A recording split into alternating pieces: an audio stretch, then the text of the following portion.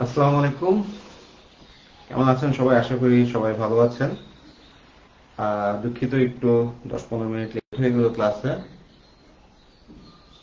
তো যারা যারা ক্লাস দেখছেন, আমি পরিচয় দিই প্রথমে। আমার আমার নাম মেহেদী হাসান।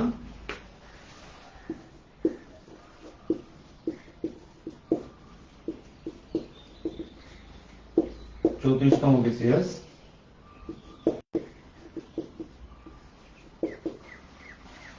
সাধারণ শিক্ষা ক্যাডারে আছে।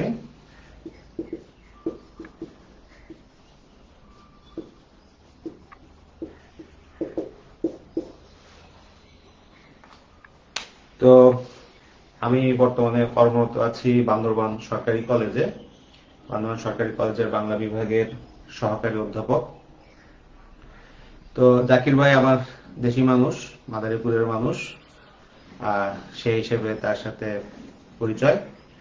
এবং আপনাদের বাংলার ইনস্ট্রাক্টর হিসেবে আমি থাকছি, আমি মেহেদী হাসান। তো আপনারা যারা বান্দরবান বেড়াতে আসতে চান, বান্দরবান বেড়াতে আসতে পারেন। খুব সুন্দর জায়গা, বাংলাদেশের সবচেয়ে সুন্দর জায়গা বান্দরবান। আর কি বলবো, তাহলে চলুন আমরা ক্লাস শুরু করি। তো আমরা আজকে যে বিষয়টি নিয়ে আলোচনা করব সেটি হলো সমাস। আপনাদের প্রাথমিক এই শিক্ষক নিয়োগের যে প্রস্তুতি, এখানে সময় যেহেতু খুব অল্প, এখানে আপনাদের প্রথমে মনে রাখতে হবে যে আমাদের বাংলাটা একটা বিশাল সিলেবাস। হ্যাঁ, এই বিশাল সিলেবাস পড়তে গেলে অনেকেই দিক হারিয়ে ফেলে, অনেকেই রাস্তা হারিয়ে ফেলে, বুঝতে পারে না কোথায় কি করবে না করবে। তো এই কারণে আমি আপনাদের পরামর্শ দিব যে আমি যে টপিকস গুলো পড়াবো, আপনারা সেই টপিক গুলো খুব ভালো করে আগে ফোকাস দিবেন। আপনারা বেশি ফোকাস দিবেন ব্যাকরণ অংশে, কারণ পরীক্ষাতে ব্যাকরণ থেকে প্রশ্ন বেশি আসে। এবং এই সমাস আজকে যেটা পড়াবো, এখান থেকে প্রশ্ন আসবে একদম 100% কনফার্ম। তাই কোনোভাবে সমাসের কোনো প্রশ্ন আসলে যেন মিস না হয়, সেই বিষয়টি মাথায় রেখে আপনারা ক্লাস করবেন। আর আরেকটা বিষয় হচ্ছে যে সাহিত্য অংশ। সাহিত্য অংশ একটা বিশাল ব্যাপার।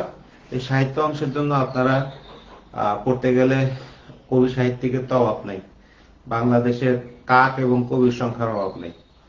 তো এই কারণে আপনারা এত কবি, এত লেখক, এত কিছু জানার দরকার নেই। আমি একটা সাজেশন অনুযায়ী আপনাদেরকে কিছু কবি সাহিত্যিককে নোটস দিব। আপনারা সেই কবি সাহিত্যিক সম্পর্কে ভালোভাবে জেনে নেবেন, ইনশাল্লাহ ওখান থেকেই কমন আসবে। তো আমি শুধু জাকির স্যারের পেজে নয়, আরো অনেক পেজেই ক্লাস নিয়ে থাকি, কিন্তু আলহামদুলিল্লাহ যে দীর্ঘ 10 বছর ধরে পড়াচ্ছি, সেই হিসেবে আমার সাজেশন অনেক জায়গায় কমন এসেছে। আপনারা এটা আস্থা রাখতে পারেন। তো আমি তো বান্দরবান থেকে ক্লাস নিচ্ছি। তো আপনারা কে কোথা থেকে ক্লাস নিচ্ছেন, করতেছেন, তা যদি কমেন্টে জানান তাহলে আমার একটু ভালো লাগবে। আমি আসলে মূলত অনলাইনে পড়াই এই একটা কারণে যে আমি যেহেতু বাংলাদেশের সম্পূর্ণ এক প্রান্তে থাকি, এখান থেকে দেশের বিভিন্ন প্রান্তে ছেলে মেয়েদের সাথে যেন আমার একটা কানেকশন তৈরি হয়, ছেলে মেয়েদের যেন আমার কোথা থেকে পড়তেছে এটা যখন দেখি যে রংপুর বিভিন্ন জায়গা থেকে পড়ে, তখন এটা আমার কাছে একটু আলাদা ভালো লাগে তৈরি করে। তো আসুন আমরা কথা না বাড়িয়ে আমাদের মূল আলোচনায় চলে যাই। প্রথমেই বলে নেই যে সমাস যখন আমি পড়াবো, তখন আপনাদের মাথায় রাখতে হবে যে আমার ক্লাসটা কিন্তু আসল নয়। আমার এই ক্লাসের পরে আপনাদের আরেকটা কাজ আছে, সেই কাজটি হলো আপনি বাসায় আবার পড়বেন। ওকে, আমি জাস্ট আপনাকে সমাসটা কিভাবে বুঝতে হবে, সমাসটা কিভাবে আপনি আইডেন্টিফাই করবেন, সমাসের বেসিক গুলো কি কি, ওগুলো আলোচনা করব। আপনাদের কিন্তু এরপরে পড়তে হবে। আমার একটা ক্লাসে যে আপনি একদম সমাসের খুব 100% কিছু একটা হয়ে যাবেন, এমনটা ভাবাটা হবে চরম বোকামি। তাই আপনাদের কাছে আমার অনুরোধ থাকবে, আমি যে ক্লাস নিব আমি মূল বিষয়গুলো বুঝিয়ে দিব, এর পরের কাজটি হলো আপনাদের অবশ্যই আমি একটা সমাসের লেকচার শিট আপনাদেরকে দিব পিডিএফ। সেই পিডিএফটা ভালো করে প্রথম থেকে শেষ পর্যন্ত একবার হলেও পড়ে নেবেন। আপনি যদি পুরো সমাসের শিটটা একবার অন্তত পড়েন, তাহলে ওখান থেকে দেখবেন যে অনেক প্রশ্ন আপনি অটোমেটিক্যালি আইডেন্টিফাই করতে পারছেন। আমাদের সমাস যে টপিকসটি আছে, এই টপিকসটির প্রধান সমস্যা যেটা চাকরির পরীক্ষায় আমাদের অনেক ছেলে মেয়ে সেটা কি করে, যে সমাসটা কি এটা বুঝতেই পারে না, কিভাবে সমাসটা আইডেন্টিফাই করতে হবে সেটা বুঝতেই পারে না, শর্টকাট টেকনিকের দিকে ফোকাস করে বেশি। আপনারা শর্টকাট কখনোই ভালো করে পারবেন না যদি আপনার মূল বিষয়টা জানা না থাকে। তো আমি আগে সমাসের বিস্তারিত সবকিছু আলোচনা করব এবং একদম শেষে সমাসের কিছু শর্টকাট দিব। ওকে, তো তবে হ্যাঁ, আগে আপনাকে অবশ্যই পুরো ক্লাসটা করতে হবে। যদি পুরো ক্লাস না করেন শর্টকাট আপনি বুঝতে পারবেন না। আবার যদি পুরো ক্লাস করেন, এই শর্টকাটটা আপনাকে বিশাল একটা কি দিবে, বেনিফিট দিবে। তো আপনারা যদি কোনো প্রশ্ন থেকে থাকে আপনারা কমেন্টসে জানাবেন। আমি চেষ্টা করব ক্লাস চলাকালীন সময় সেই কমেন্টসের উত্তর দেওয়ার। আর যদি কোনো কারণে সম্ভব না হয় তাহলে আমি পরবর্তীতে টেক্সট আকারে সেখানে কমেন্টসের রিপ্লাই দিব। তো আমাদের আলোচনা প্রথমে আসে যে সমাস কি। সমাস হচ্ছে পদের সংক্ষেপণ প্রক্রিয়া। পদের সংক্ষেপণ প্রক্রিয়া। কিন্তু সমাস পদের সংক্ষেপণ প্রক্রিয়া বলা হচ্ছে, কিন্তু সমাস কিন্তু নতুন শব্দ তৈরিরও একটা প্রক্রিয়া। আমাদের বাংলা ভাষায় অনেক পদ্ধতিতে নতুন নতুন শব্দ তৈরি হয়। তার ভিতরে সমাস একটি। উপসর্গের মাধ্যমে শব্দ তৈরি হয়, প্রত্যয়ের মাধ্যমে নতুন শব্দ তৈরি হচ্ছে, সন্ধির মাধ্যমে হচ্ছে, মিশ্র শব্দের মাধ্যমে হচ্ছে, তাই না? একই শব্দের ভিন্ন অর্থ ব্যবহার করার মাধ্যমে হচ্ছে। অনেকভাবে আমাদের নতুন নতুন শব্দ তৈরি হচ্ছে। ঠিক তেমনি সমাস হচ্ছে একটা নতুন শব্দ তৈরির প্রক্রিয়া। এবং এই সমাসের যে সংক্ষেপণ প্রক্রিয়া বলা হচ্ছে পদের সংক্ষেপণ প্রক্রিয়া। এখানে একটা বড় ভুল অনেকেই করে। সেই ভুলটা কি, আমাদের পদ এবং শব্দ এই দুইটা জিনিসকে অনেকেই কি মিক্স করে ফেলে, গুলিয়ে ফেলে। আমাদের কিন্তু পদ এবং শব্দ এই দুইটা বিষয় আলাদাভাবে বুঝতে হবে। পদ এক জিনিস, শব্দ অন্য জিনিস। আমি একটা উদাহরণের মাধ্যমে আপনাদেরকে সেটা ব্যাখ্যা করি। দেখুন,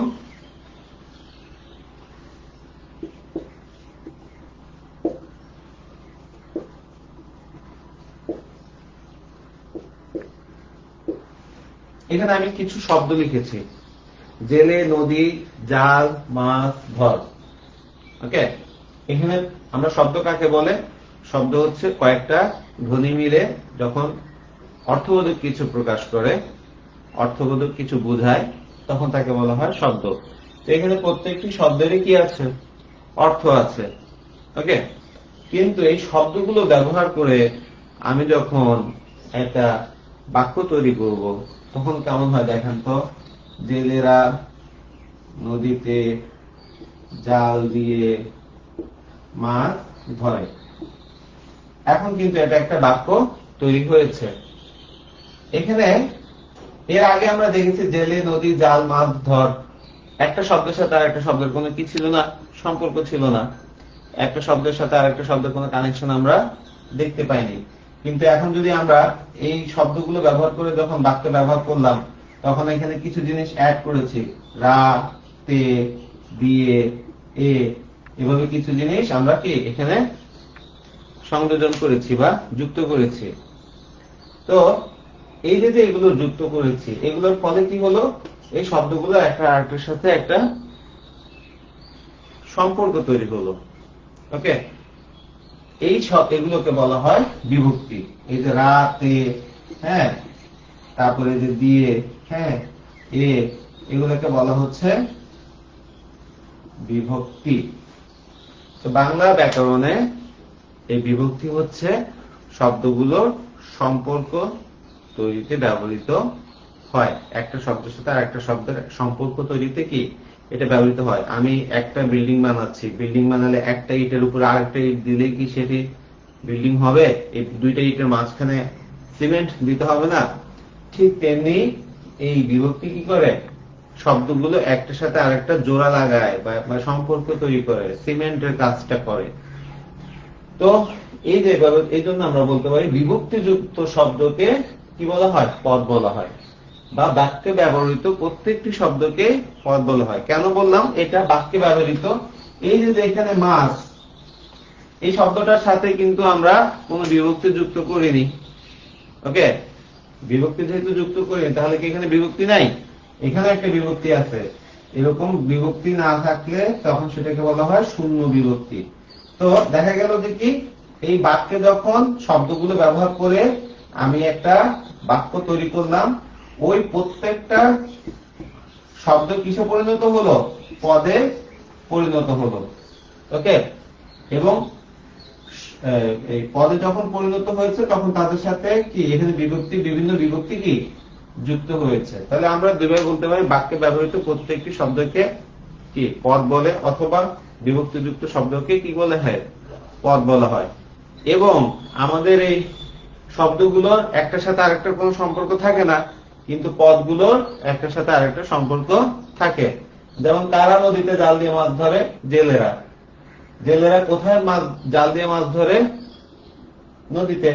জেলেরা নদীতে কি দিয়ে মাছ ধরে? জাল দিয়ে। জেলেরা নদীতে জাল দিয়ে কি ধরে? মাছ ধরে। জেলেরা নদীতে জাল দিয়ে মাছকে কি করে? ধরে। তাহলে দেখেন প্রত্যেকটা শব্দের সাথে প্রত্যেকটা শব্দের একটা কানেকশন বা সম্পর্ক তৈরি হয়েছে।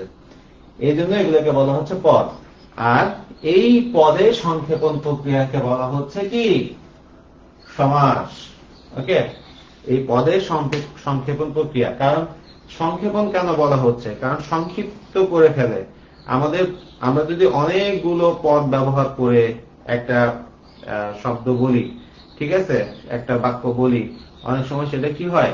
শুনতে বিরক্ত লাগে, বাক্যগুলো অনেক বড় হয়ে যায়। তাই অনেক সময় কিছু সংক্ষিপ্ত জিনিস আমাদের জন্য কি হয়? দেখতে সুন্দর হয়। যেমন ধরেন আপনারা মোবাইল, এখন একটা মোবাইলে ক্যামেরা আছে, ভিডিও ক্যামেরা আছে, ক্যালকুলেটর আছে, অ্যালার্ম আছে, ঘড়ি আছে, ক্যালেন্ডার আছে, হ্যাঁ, আরো অনেক অনেক জিনিস আছে, তাই না? আপনি একটু হিসাব করুন তো, মনে মনে কল্পনা করুন যে এই সবগুলো জিনিস আপনি নিয়ে হাঁটতেছেন, আলাদা আলাদা ভাবে ক্যারি করতেছেন।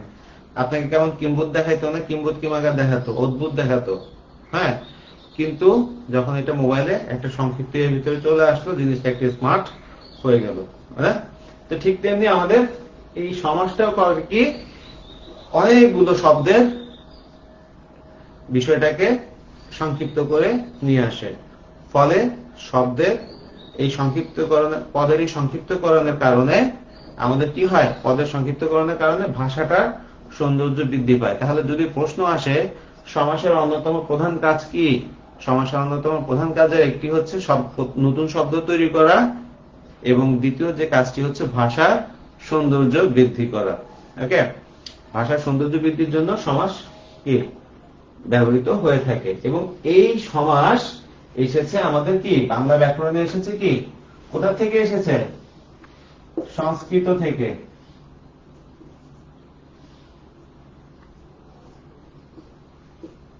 সংস্কৃত ব্যাকরণ থেকে সমাস আমাদের বাংলা ভাষায় এসেছে, এবং এই সমাসের মাধ্যমে আমরা এখন নতুন নতুন শব্দ তৈরির একটা কি করে যাচ্ছি। শব্দ তৈরির একটা প্রক্রিয়া তৈরি হয়েছে, এবং নতুন শব্দ আমরা এভাবে তৈরি করেছি। যেমন পকেট মারে, যে পকেট মার, পকেট কিন্তু ইংরেজি শব্দ। আমরা আবার এখানে একটা কথা বলি যে অনেক সময় মনে করে যে সমাসটা শুধুমাত্র সংস্কৃত শব্দের জন্য প্রযোজ্য বা তৎসম শব্দের জন্য প্রযোজ্য। এটা একটা ভুল ধারণা। যদিও আমাদের বইতে বা বিভিন্ন জায়গাতে অনেক অনেক উদাহরণ দেয়া আছে সমাসের, এগুলো সবগুলোই প্রায় সংস্কৃত। কিন্তু এটা মাথায় রাখতে হবে যে সমাস আমাদের যখন বাংলাতে চলে আসলো, এখন আমরা এর মাধ্যমে নতুন শব্দ তৈরি করছি, তাই না? তার মানে এটা শুধু সংস্কৃত শব্দের জন্য এটা থাকলো না, এটা নতুন শব্দ তৈরির জন্য থাকে। তো আমাদের এখানে বিদেশি শব্দ আসতে পারে, দেশি শব্দ আসতে পারে, তাই না? অর্ধ তৎসম আসতে পারে, তদ্ভব আসতে পারে। তো সেক্ষেত্রে যেমন এই যে বললাম পকেট মারে যে, হ্যাঁ পকেট মার, তাহলে এই যে পকেট মার একটা সমাসবদ্ধ পদ তৈরি হলো। তো আমরা বুঝতে পেরেছি আসলে যে সমাসটা কি, কোথা থেকে এসেছে। এখন আমাদের সমাস শিখতে গেলে প্রথমে মাথায় রাখতে হবে যে সমাসে আমাদের ব্যাস বাক্য নামক একটা জিনিস আছে, সেই ব্যাস বাক্যটাকে ভালো করে জানতে হবে। আমরা ব্যাস বাক্য তৈরি করার উপরে বেশি নজর দিব। কিভাবে ব্যাস বাক্য তৈরি করতে হবে সেটা আমি পরে আলোচনা করছি। এখন আমরা আলোচনা করব সমাসের প্রকারভেদ।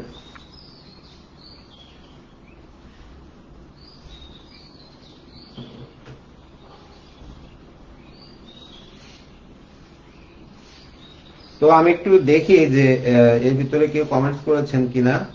যদি কমেন্টস করে থাকেন তাহলে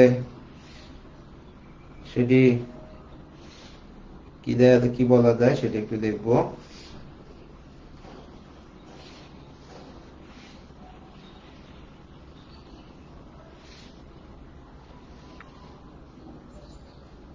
তো আপনাদের সকালে ক্লাস আসলে আমার আর অন্য কোনো শিডিউলে মিল ছিল না, তাই সকালে ক্লাস নিতে বাধ্য হলাম। তো আপনারা অনেকে চাকরিজীবী জানি আমি, সকাল সকাল যেতে হবে।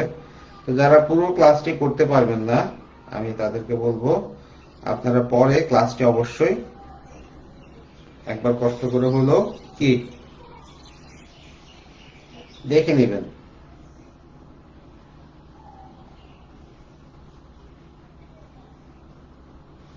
ওকে,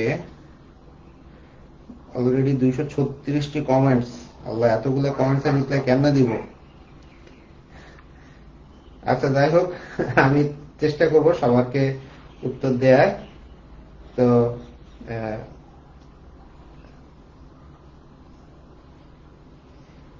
যাই হোক, আপনাদের যদি কোনো প্রশ্ন থেকে থাকে আপনারা সেই প্রশ্ন করবেন, অযথা ইয়ে করবেন না। যদি কোনো প্রশ্ন থাকে, কোনো কিছু না বুঝেন তাহলে শুধু প্রশ্ন করবেন, কমেন্টস করবেন আর কি।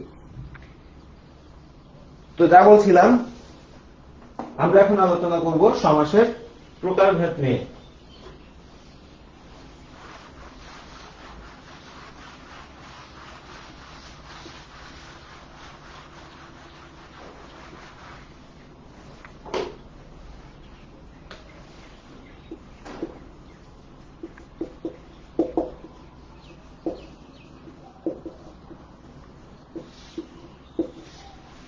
সমাসের প্রকারভেদ বিভিন্ন বইতে বিভিন্ন প্রকারভেদের কথা বলা হয়েছে। বিশেষ করে নতুন যে 9-10 বইটা এসেছে সেই বইতে 4 ধরনের কথা বলা হয়েছে।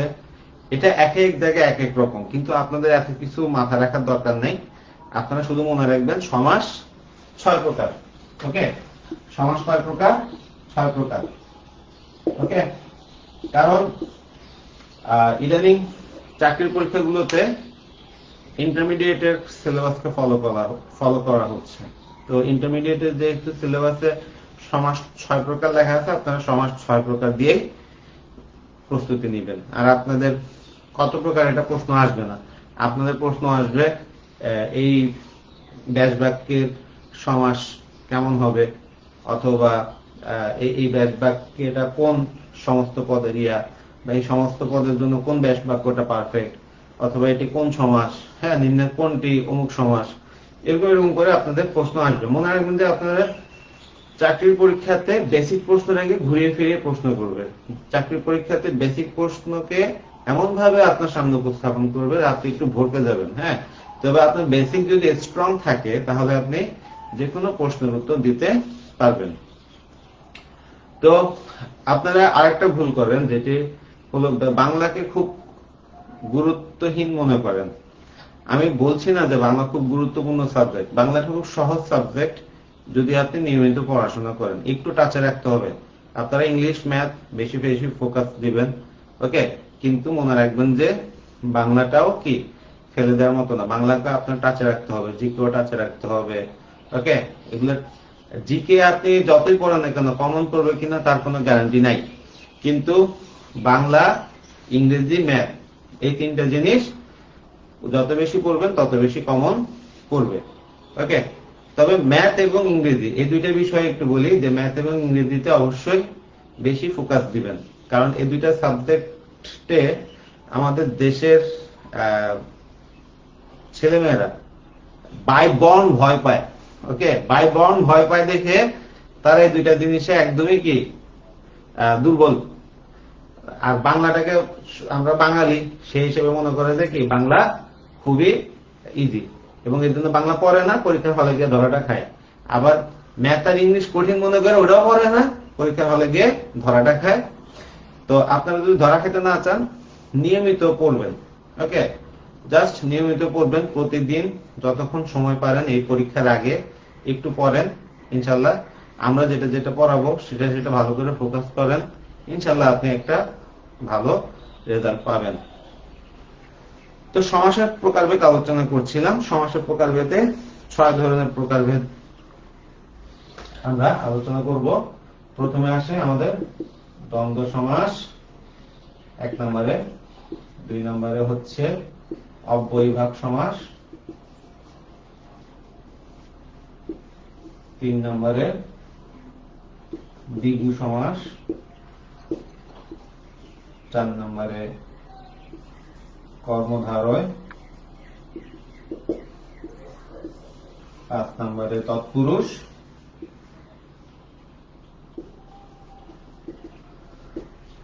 এবং 6 নম্বরে বহুব্রীহি। আপনারা যেহেতু অনলাইনে ক্লাস করছেন, আমি আপনাদেরকে বলবো অবশ্যই আপনারা খাতা কলম নিয়ে ক্লাস করবেন। হ্যাঁ, খাতা কলম নিয়ে ক্লাস করবেন, কারণ অনেক কিছু আমি এখানে আপনাদের সাথে আলোচনা করবো, অনেক কথা বলবো। হ্যাঁ, সেগুলো নোটস নেবেন, তাহলে আপনার ক্লাসের ফোকাসটা বেশি থাকবে। ক্লাস করবেন হেডফোন লাগিয়ে, হ্যাঁ, তাহলে আরো বেশি ভালো হয়। হেডফোন লাগিয়ে কোনো একটা কেসিং এর উপরে ফোনটা রেখে তারপরে ক্লাসটা করবেন, হাত ফ্রি রাখবেন, হাত দিয়ে নোটস নেবেন। ওকে, যা বলছিলাম, অনলাইনে ক্লাসের সুযোগটা এত বেশি, আমাদের সময় এত কিছু ছিল না। তো এই 6টা প্রকারভেদ সব বইতে, সব সিলেবাসে আছে। আপনারা 6টা সমাসের প্রকারভেদ ভালো করে শিখে ফেলবেন, কারণ এটাও কিন্তু পরীক্ষাতে একবারে হয়েছে, সমাস কত প্রকার। ওকে, বা কোথাও যদি রিটেন পরীক্ষা দিতে যান, ওখানে অনেক জায়গায় প্রশ্নটা এসেছে সমাস কত প্রকার ও কি কি। ওকে, শুধু যে প্রাইমারির জন্য পড়বেন এমন তো না, আপনারা প্রাইমারি পরে অন্যান্য চাকরির পরীক্ষার জন্য একটা মানসিক প্রস্তুতি নিয়ে রাখেন যে এটার চাইতে আমি ওইটাতেও কি এটাতেও দিব, এটাতেও দিব। এখন জেলা ভিত্তিক বিভিন্ন জায়গায় বিভিন্ন নিয়োগ হচ্ছে, ওখানে ট্রাই করবেন। ওখানে তো লিখিত পরীক্ষা হবে, সেই লিখিত পরীক্ষাতে আপনারা এই জিনিসগুলো কমন পাবেন ইনশাল্লাহ। তো এই 6 প্রকার কি কি? দ্বন্দ্ব সমাস, অব্যয়ীভাব সমাস, দ্বিগু সমাস, কর্মধারয় সমাস, তৎপুরুষ সমাস এবং বহুব্রীহি সমাস। এই 6টা নিয়ে আমি পরবর্তীতে প্রত্যেকটা ক্লাস নিয়ে আলোচনা করব, আপনারা আমার সাথেই থাকুন। প্রথমে আলোচনা করব দ্বন্দ্ব সমাস।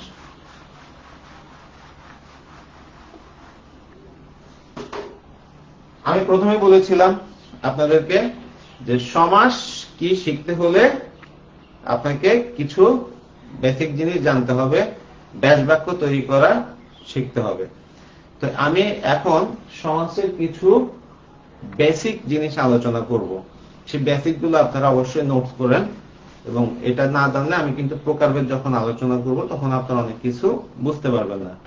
তো আমাদের এই সমাসের প্রকারভেদে আমাদের সমাসের কিছু বেসিক জানতে হবে।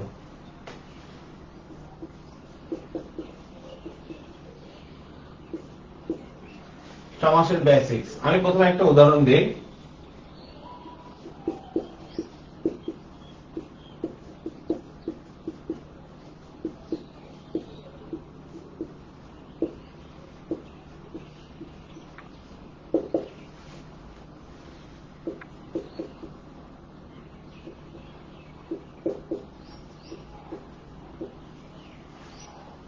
সিংহ চিহ্নিত যে আসন সিংহাসন। তো এই যে দেখুন, এটা একটা আমি জাস্ট একটা বাক্যকে একটা পদে রূপান্তর করেছি। সিংহ চিহ্নিত যে আসন, এটা পুরোটাই হচ্ছে একটা বাক্য। এই যে বাক্যটা আছে, এই বাক্যটাকে বলা হয় ব্যাস বাক্য। এটার আরো দুইটা নাম আছে। আরো দুইটা নাম কি? বিগ্রহ বাক্য, আরেকটা নাম হচ্ছে সমাস বাক্য। ওকে, তিনটা নাম আছে। পুরো বাক্যটাকে বলা হচ্ছে যে কি? ব্যাস বাক্য, বিগ্রহ বাক্য এবং অথবা কি সমাস বাক্য। তিনটা নামে বলা হয়। সাধারণত বেশিরভাগ বইতে শুধু ব্যাস বাক্য বলা আছে, এই দুইটা কিন্তু নাই। এগুলো নোট করেন। আমি আমার ক্লাসে অনেক কিছু আপনাদের বলবো যেগুলো আপনারা হয়তো গাইড বইতে বা অন্য জায়গায় খুঁজেও পাবেন না। ওকে, তো এই পুরো বাক্যটাকে একটা পদে রূপান্তর করছে। যে এখানে সমস্ত পদ, এটাকে বলা হচ্ছে যে কি?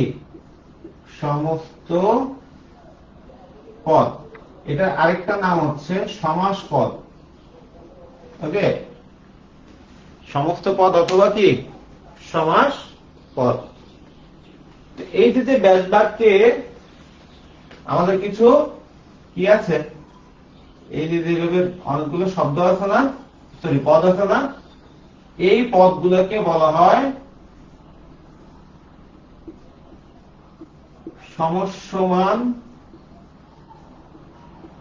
পদ। মানে তাদেরকে সমাসবদ্ধ পদে রূপান্তর করা হবে, এই জন্য বলা হচ্ছে যে কি সমসমান পদ। তো এই যে আমাদের অনেকগুলো পদকে একটা পদে রূপান্তর করলো। হ্যাঁ, আমাদের এখানে খেয়াল করবেন যে ব্যাস বাক্য তৈরি করার সময় সব সমাসে না, বেশিরভাগ সমাসে এই সমস্ত পদটা তৈরি করা হয় আমাদের ব্যাস বাক্যের উপরে ভিত্তি করে। এখানে সিংহ প্রথমে আছে, এখানে ব্যাস বাক্যে আমার প্রথমে কি সিংহ আছে। তাই এটা অনুযায়ী এটা যখন আসলো, আমাদের ব্যাস বাক্যের প্রথম পদটাকে বলা হয় পূর্ব পদ অথবা, আচ্ছা শুধু পূর্ব পদই দেখেন, আর শেষ পদটাকে বলা হয় পরপদ অথবা উত্তর পদ। ঠিক আছে, পূর্ব পদ, এই পরপদ, এই যে ব্যাস বাক্যের এখান থেকে নির্ধারিত হয়। আমাকে এখানে সিংহাসন বলেছে, তাই আমার ব্যাস বাক্যটা লিখতে হবে। লেখার সময় প্রথমে আমার সিংহ কথাটা যেন আসে, সেটা মাথায় রাখতে হবে। আমি যদি যে আসন সিংহ চিহ্নিত বলি, তাহলে কিন্তু ব্যাস বাক্য হবে না। ওকে, তো এটা প্রশ্ন কিন্তু আসে পরীক্ষাতে, যে ওই যে বললাম একটা সমস্ত পদ দিয়ে দিবে, বলবে যে কি নিম্নের কোন ব্যাস বাক্যটি এই সমস্ত পদের। এভাবে প্রশ্ন আসতে পারে। তো কিভাবে লিখবে সেটা হতে পারে এইভাবে, সিংহ চিহ্নিত যে আসন, যে আসন সিংহ চিহ্নিত। ওকে, বা যে চিহ্ন সিংহ দ্বারা আসন, এরকম করে উল্টাপাল্টা করে দিবে। তা আপনাকে মাথায় রাখতে হবে যে আমার সমস্ত পদ যেটি আছে, সেই সমস্ত পদের প্রথমে যেন আমার সমস্ত পদ অনুযায়ী ব্যাস বাক্যের প্রথমে যেন কি হয় সিংহ বসে, এবং শেষের জন্য এই সমস্ত পদের শেষের অনুযায়ী আসন, সেই আসনটা বসে। ওকে, তাহলে আমি আগে বলেছি যে সমাসকে চিনতে গেলে আপনাকে ব্যাস বাক্য তৈরি করা শিখতে হবে। ব্যাস বাক্য তৈরি করা শেখা কোনো ব্যাপার না, খুবই সিম্পল একটা জিনিস। আচ্ছা, আপনি মনে করেন এই যে সিংহাসন আপনি বলেছেন, তাই না? একটা বাচ্চা আপনাকে এসে জিজ্ঞাসা করলো যে সিংহাসন মানে কি। তো আপনি স্বাভাবিকভাবে কি বলবেন? আপনি বলবেন যে মনে মনে তো সিংহাসন মানে বুঝতে পারছেন যে এটা একটা এমন একটা চেয়ার বা এমন একটা আসন বা যেখানে বসার জায়গা, যেখানে কি সিংহ চিহ্ন আছে। এখন সিংহাসন, রাজারা সিংহাসনে বসতো, যেমন শাহজাহান ময়ূর আসন বানিয়েছিল। তাহলে ময়ূর আসনের ইয়েটা কি হবে? ময়ূর চিহ্নিত যে আসন, তাই না? তাহলে এই যে দেখুন পদ্মাসন বললে কি হবে? পদ্ম চিহ্নিত যে আসন। ওকে, তাহলে এই যে এভাবে আমি খুব সহজে কিন্তু একটা অর্থ কি বুঝতে পারি, আর বাকি যেগুলোর অর্থ বুঝতে পারবো না, এটার জন্য আমাকে কি করতে হবে, এটার জন্য আমাকে পড়ে ফেলতে হবে। হ্যাঁ, আমার কাছে যে শীট আছে বা আমার কাছে যে বই আছে সেখান থেকে উদাহরণগুলো ভালো করে পড়ে নিতে হবে। আমি আপনাদেরকে একটা পিডিএফ শীট দিব, সেই পিডিএফ শীটটা ভালো করে পড়বেন। সেই পিডিএফ শীটটাতে মোটামুটি চেষ্টা করছি আমি আমার দীর্ঘ অভিজ্ঞতার আলোকে যত ধরনের সমাসের প্রশ্ন এসেছে বা সমাসের প্রশ্ন আসতে পারে সেই বিষয়গুলো আলোচনা করার। ওকে, এখানে কিন্তু আমি ক্লাসে প্রথমে বলছি সমাস শুধু আমি পড়াইলে হবে না, আপনাদেরকে নিজেকেও কি করতে হবে, পড়তে হবে। আমি শুধু জিনিসগুলো আলোচনা করব, মূল বিষয়গুলো বুঝিয়ে দিব, আপনাদের বাকি উদাহরণগুলো বাসায় পড়তে হবে। একদম পড়ে ফেলবেন, মুখস্থ করতে যাবেন না। বাংলা মুখস্থ করতে গেলে কিন্তু আপনি বড় ধরনের একটা বিপদে পড়বেন। বাংলা কখনো মুখস্থ করতে যাবেন না, বাংলা পড়বেন। এই পড়বেন, এদিক দিয়ে পড়ে যাচ্ছেন, ওদিক দিয়ে ভুলে যাচ্ছেন, এরকমই মনে হবে। হ্যাঁ, আপনি গল্পের বই পড়েন না, উপন্যাস পড়েন না, পত্রিকা পড়েন না, তো ওগুলা কিভাবে পড়েন? ফেসবুকে স্ট্যাটাস পড়েন না, ওগুলা কি মুখস্থ করার জন্য পড়েন না। কিন্তু আপনি কিন্তু আল্লাহ আপনাদেরকে এমন একটা ব্রেন আমাদেরকে দিছে আল্লাহ, আমি যখন এটা একবার পড়বো, হ্যাঁ, সেটা কিন্তু অটোমেটিক আমার মেমোরিতে কি হবে, সেভ হবে। ওকে, তবে একটা জিনিস হচ্ছে যে আল্লাহ কোরআন শরীফে বলছে মানুষ কি ভুলে যায়। ঠিক আছে, আমরা মানুষের একটা সবচেয়ে বড় গুণ হচ্ছে ভুলে যাওয়া। আমরা অনেকে মনে করি আমি তো ভুলে যাচ্ছি, এটা বলতে আমার একটা দোষ। আসলে না ভাই, এই ভুলে যাওয়াটা হচ্ছে মানুষের একটা বড় গুণ। ওকে, মানুষ অনেক জিনিস ভুলে যায়।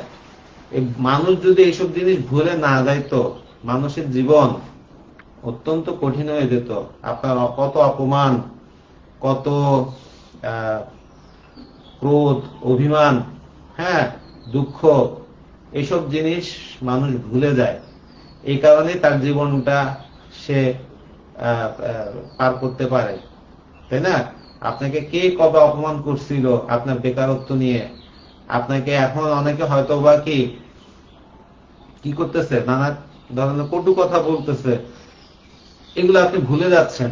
এই ভুলে যাওয়ার কারণে আপনার মনটা শান্ত থাকতেছে। ওকে, তো আল্লাহ আমাদেরকে এত ধরনের নবী রাসূল পাঠিয়েছেন, এত এত বড় মহামানব পাঠিয়েছেন। কেন পাঠিয়েছেন? আমাদেরকে মনে করিয়ে দেওয়ার জন্য। তাই ভুলে যাওয়াটা কোনো দোষ না। ওকে, ভুলে যাওয়াটা একটা আল্লাহর তরফ থেকে রহমত। তো যাই হোক, আপনি ভুলে যাবেন, তো ভুলে গেলে কি করতে হবে? আমাকে বারবার রিভিশন দিতে হবে। ওকে, আর বাংলা রিভিশন দিবেন, মুখস্থ করবেন না। বাংলাটা রিভিশন দিবেন জাস্ট গল্পের বই যেভাবে পড়েন সেভাবেই মনোযোগ দিয়ে পড়বেন। হ্যাঁ, একবার পড়বেন ভুলে যাবেন, একবার পড়বেন ভুলে যাবেন, পড়বেন ভুলবেন, পড়বেন ভুলবেন। আমারও ভাই, আমি বাংলার এত বড়, আমি তো একজন সহকারী অধ্যাপক হয়েছি, অনেক কিছু আমারও মনে থাকে না। যেমন আমারও কিন্তু কি রিভিশন দিতে হয়। তা আপনারা চাকরির পরীক্ষাতে আপনাদের তো আরো শুধু বাংলা ছাড়া আরো অন্যান্য বিষয়গুলো পড়তে হয়, তো এটা কোনো ব্যাপার না, কিন্তু পড়তে হবে। আপনি যতই ভুলে যাবেন, মনে করেন আপনাকে বারবার পড়তে হবে। ওকে, তো আমরা এই বেসিক গুলো আলোচনা করলাম ব্যাস বাক্য কি, আমাদের সমসমান পদ কি, সমস্ত পদ কি। ওকে, এগুলো কিন্তু সবগুলো পদ। আমরা কিন্তু প্রথমে পড়েছিলাম সমাস হচ্ছে যে কি পদের সংক্ষেপণ প্রক্রিয়া, তাই না? তাহলে এখানে এটা বাক্য, এটা একটা পুরোটা বাক্য। এই বাক্যের এই প্রত্যেকটা শব্দ যেগুলো ছিল সেগুলোতে কি হচ্ছে, বিভক্তি যুক্ত হয়েছে এবং ফলে সেটা পদে পরিণত হয়েছে। তাই আমরা পদের সংক্ষেপণ প্রক্রিয়া হিসেবে এটা দেখতে পাচ্ছি। তো এখন আমরা আলোচনা করব সমাসের প্রকারভেদ।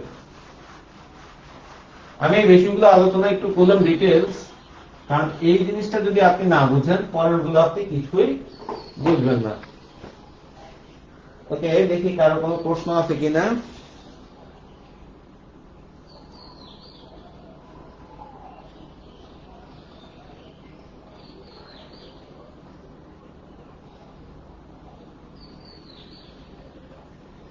আপনার ক্লাস করেছি অনেক ইন্টারে, আচ্ছা, আপনারা আমার ক্লাস করছেন না করছেন এটা জানার দরকার নাই, আপনার থ্যাংক ইউ। কিন্তু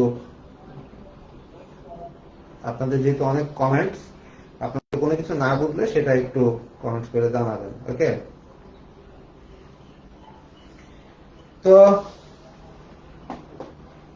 যা বলছিলাম, আমরা এখন প্রথমে আলোচনা করব দ্বন্দ্ব সমাস। দ্বন্দ্ব নামটা শুনলে মনে হয় যে কি একজনের সাথে আরেকজনের মারামারির একটা ব্যাপার, তাই না? একজনের সাথে আরেকজনের বাজাবাজির ব্যাপার। আসলে এটা না। বাংলা ব্যাকরণে দ্বন্দ্ব বলতে বোঝাচ্ছে যে দ্বন্দ্ব সমাস বলতে বোঝানো হয় যে যে সমাসে কি দুইটা পদ প্রধান থাকে এবং তারা এবং ও আর, খেয়াল করেন, এবং ও আর এই তিনটা সংযোজক অব্যয় দ্বারা ব্যাস বাক্য তৈরি হয়, সেটাকে বলা হয় দ্বন্দ্ব সমাস। যেমন মা ও বাবা, মা ও বাবা, মা বাবা। এখানে আমি দুঃখজনক ভাবে কোথাও কোন একটা অনলাইন ফেসবুকে দেখেছি, যেহেতু আমি নিজে বাংলা পড়াই, অনেক পেজে অনেকেই বাংলা পড়ায়, হ্যাঁ, বাংলাটা আসলে সবাই মনে করে পড়াইতে পারে, হ্যাঁ, বাংলাটা আসলে খুব বেশি, ওই যে বললাম বাংলা আমাদের একটা কমন টেন্ডেন্সি হয়ে গেছে যে আমাদের বাংলাটা পড়ানো খুব ইজি, বাংলা চাইলেই পড়ানো যাবে, এটা কোনো ব্যাপারই না। তো বাংলা পড়াচ্ছে, সেখানে সে বলতেছে যে হাইফেন থাকলে সেটা, শব্দ যদি হাইফেন থাকে তাহলে সেটা দ্বন্দ্ব সমাস, বা এটা কোনো শর্টকাট টেকনিক না, ওকে? শর্টকাট টেকনিক দিয়ে পড়াশোনা করলে এভাবে ধরা খেতে হবে। আবার সেদিন আরেক জায়গায় দেখলাম যে যে কোনো একটা টপিক দেখে দেখে সে রিডিং পড়াচ্ছে, তারপরেও ভুল পড়াচ্ছে। তো অনলাইন ক্লাসে আসলে একটা স্মার্ট বোর্ড নিয়ে, একটা ক্যামেরা নিয়ে, মোবাইলের ক্যামেরা নিয়ে পড়ানোটা অনেক সোজা, ওকে? কিন্তু ভাই আসল সত্যি করে পড়ানোটা হচ্ছে আসল ব্যাপার। পড়ান, আপনি ভালো করে প্রস্তুতি নিয়ে, প্রিপারেশন নিয়ে পড়ান, কোনো সমস্যা নাই, ভালো করে পড়ান। কারণ এই যে দেখেন, আমি এই যে এতগুলো আপনারা 400-500 স্টুডেন্ট এখন লাইভে আছেন, হ্যাঁ, আমি একটা ভুল ইনফরমেশনটা আপনাকে দিতে পারি না, কারণ আমার একটা ভুল ইনফরমেশনের কারণে আপনার পুরো চাকরি জীবনে একটা হুমকির মুখে পড়ে যেতে পারে। এই বিষয়টা একটু মাথায় রাখা উচিত। হাইফেন থাকলেই সেটা দ্বন্দ্ব সমাস না। আমি আরো অনেক দ্বন্দ্ব সমাসের উদাহরণ দেখাবো যেখানে হাইফেন নাই। কিন্তু দ্বন্দ্ব সমাস যখন আপনি ইয়ে করবেন, আপনাকে মনে রাখতে হবে যে এই যে তিনটা সংযোজক অব্যয় এবং ও আর, এই তিনটা সংযোজক অব্যয় কি আমার এখানে অবশ্যই ব্যাস বাক্যে থাকতে হবে। আমার যদি এই যে কোনো একটা থাকতে হবে। আমি এখানে আমি মনে করেন লিখলাম মা ও বাবা, মা ও বাবা না লিখে আমি যদি লিখতাম মা এবং বাবা, তাহলে এটা ঠিক ছিল। আমি যদি বলতাম মা আর বাবা, তাহলেও ঠিক ছিল, ওকে?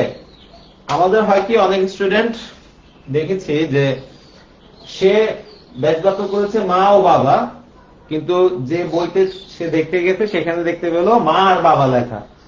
সে তো হতাশ, স্যার আমি তো হতাশ, হ্যাঁ, আমি তো এটা পাই নাই স্যার, এখন আমার কি হবে? আমি বললাম যে না, ঠিকই আছে, বইতে তো এটা লেখা, সমস্যা নাই, এখানে যে কোনো একটা সংযোজক অব্যয় দিলেই হবে, ওকে? তো দ্বন্দ্ব সমাসে আমাদের তিনটা সংযোজক অব্যয় থাকবে, এবং ও আর। যে কোনো কিছু, যেমন আপনাকে যদি বলা হয় যে হাট বাজার, হাট বাজারের ব্যাস বাক্য কি হবে? হাট ও বাজার, ওকে? এবং দেখেন, আপনাকে যদি বলা হয় টাকা পয়সা, টাকা পয়সাটা কোন সমাস?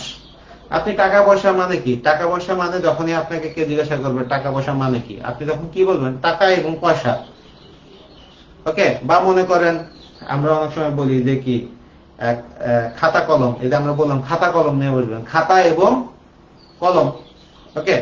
তো এই যে বিষয়টা, আমরা যখন ব্যাস বাক্যটা আইডেন্টিফাই করব, কিভাবে ব্যাস বাক্যটা আমরা আইডেন্টিফাই করব, এটার অর্থ আমি একজনকে বুঝাতে গেলে, একটা বাক্যে যদি অর্থটা বুঝাতে যাইতাম, তাহলে আমি কিভাবে বাক্যটা ব্যবহার করতাম? ওই বাক্যটাকে পরে আমি ওই সমস্ত পদ অনুযায়ী সাজিয়ে নিলেই আমার কি হয়ে যাবে? সমাসটা আইডেন্টিফাই করা সম্ভব হয়ে যাবে, ওকে? তো দেখুন, তাহলে আমি এখানে বললাম তাহলে কালি কলম, কালি এবং কলম। ওকে, তো এই যে এইগুলো হচ্ছে আমাদের দ্বন্দ্ব সমাসের উদাহরণ। কিন্তু এখানে কিছু ব্যতিক্রম আছে। যেমন বেশিরভাগ পরীক্ষাতে আসে দম্পতি। দম্পতি এটা কি সমাস? এটাতে কিন্তু দম্পতি এটা হচ্ছে একশেষ দ্বন্দ্ব, একশেষ দ্বন্দ্ব সমাস। দ্বন্দ্ব সমাসের অনেকগুলো প্রকারভেদ আছে, যে বিরোধাত্মক দ্বন্দ্ব, সমার্থক দ্বন্দ্ব। হ্যাঁ, এগুলো আপনারা পড়লে বুঝতে পারবেন। বিরোধাত্মক দ্বন্দ্ব, অহিনুকূল, বিরোধাত্মক। ওকে, সমার্থক দ্বন্দ্ব যেমন টাকা পয়সা, সমার্থক দ্বন্দ্ব। ওকে, এগুলো আপনি পড়লে বুঝতে পারবেন। শুধু দুইটা জিনিস আপনাদের একটু বুঝতে সমস্যা হতে পারে, তার ভিতরে একটা হচ্ছে একশেষ দ্বন্দ্ব। একশেষ দ্বন্দ্বটা কি? এখানে দম্পতি বলছে, দম্পতি এটার ব্যাসবাক্য কি হবে? জায়া ও পতি। একশেষ দ্বন্দ্ব কাকে বলে? একশেষ দ্বন্দ্ব হচ্ছে যে ব্যাসবাক্যের শেষের পদটাই যখন কি মূল পদ হিসেবে গ্রহণযোগ্য হয়, তখন সেটাকে বলা হয় একশেষ দ্বন্দ্ব। তাহলে এখানে আমার দম্পতি, এখানে পতি শব্দটা এসেছে, তাই না? তাহলে জায়া ও পতি, দম্পতি, এটা হচ্ছে কি সমাস? দ্বন্দ্ব সমাস। কোন দ্বন্দ্ব সমাস? একশেষ দ্বন্দ্ব সমাস। একশেষ দ্বন্দ্বের আরেকটা উদাহরণ আমি আলোচনা করি।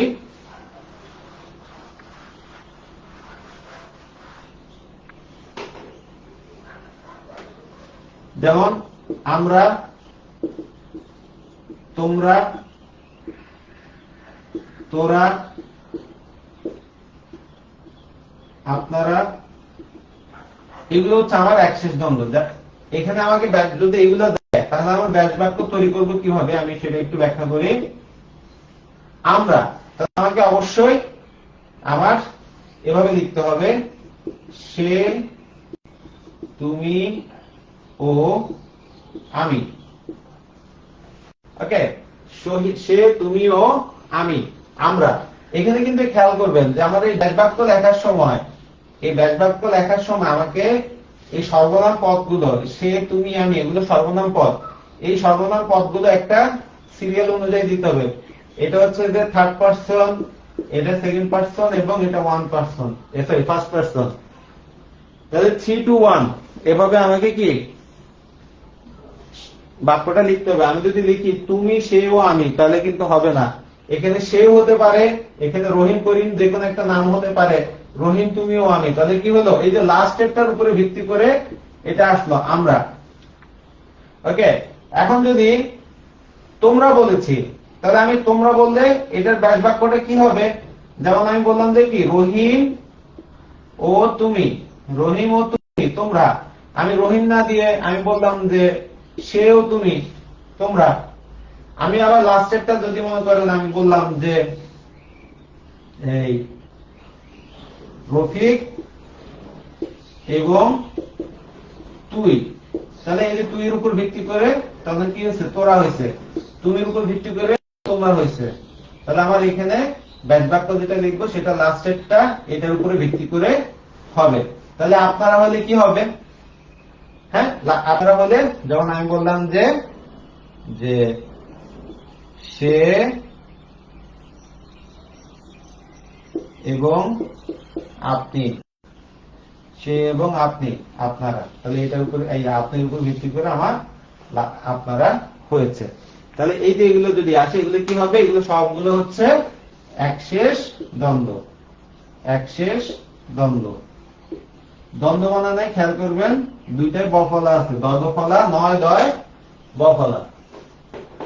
ওকে, এইগুলো আমাদের বাকিগুলো প্রকারভেদ আপনারা, আপনাদের কাছে যে বই আছে বা আমি যে পিডিএফ শিট দিব সেটা দেখলে আপনারা বুঝতে পারবেন। আমার পিডিএফ শিটটা আপনারা চাইলে প্রিন্ট আউট করে নিতে পারেন, পড়তে সুবিধা হবে। আমি ওভাবে প্রিন্টিং ফ্রেন্ডলি করে আপনাদেরকে দিব।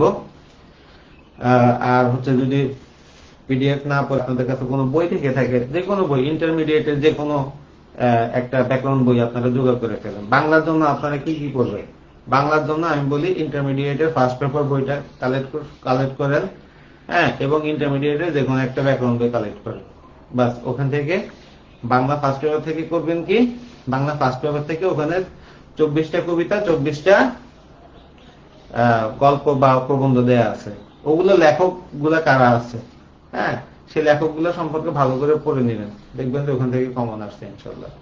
ওকে, আর বেশি কিছু করার দরকার নাই। এরপরে হচ্ছে যে ওখানে কিছু শব্দার্থ টিকা দেয়া আছে, হ্যাঁ, পাঠ পরিস্থিতি দেয়া আছে, ওগুলো একটু পড়ে নেবেন, ওখান থেকে ইনশাল্লাহ কমন পাবেন।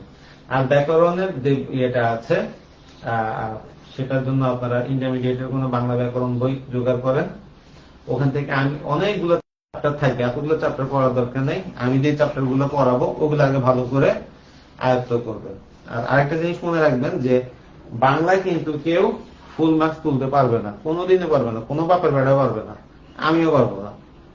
কারণ প্রশ্নটা আপনার এখানে কয়েকটা প্রশ্ন আপনাকে ছেড়ে দিয়ে আসতে হবে, এটা কনফার্ম। ওকে, কয়েকটা প্রশ্ন আপনার ছেড়ে দিয়ে আসতে হবে, এটা কনফার্ম। তো আপনি ওভাবে মানসিকতা নিয়ে যতটা পারা যায় ভালো করে পড়ার চেষ্টা করবেন। ব্যাকরণটা বারবার রিপিট হয়, ব্যাকরণটাকে ভালো করে ফোকাস করেন। তাহলে আমরা দ্বন্দ্ব সমাস কি শিখলাম, তাই না? তো যাদের চাকরি বাকরি আছে হয়তো বা অনেকেই চলে যাবে, প্রায় 9টা বেজে যাচ্ছে, 8:30 9টা বেজে যাচ্ছে। আপনারা পরবর্তীতে সময়টা ক্লাসটা দেখে নেবেন, এখানে তো লাইভটা তো থাকবে এখানে, তো দেখে নিলে আপনাদের উপকার হবে।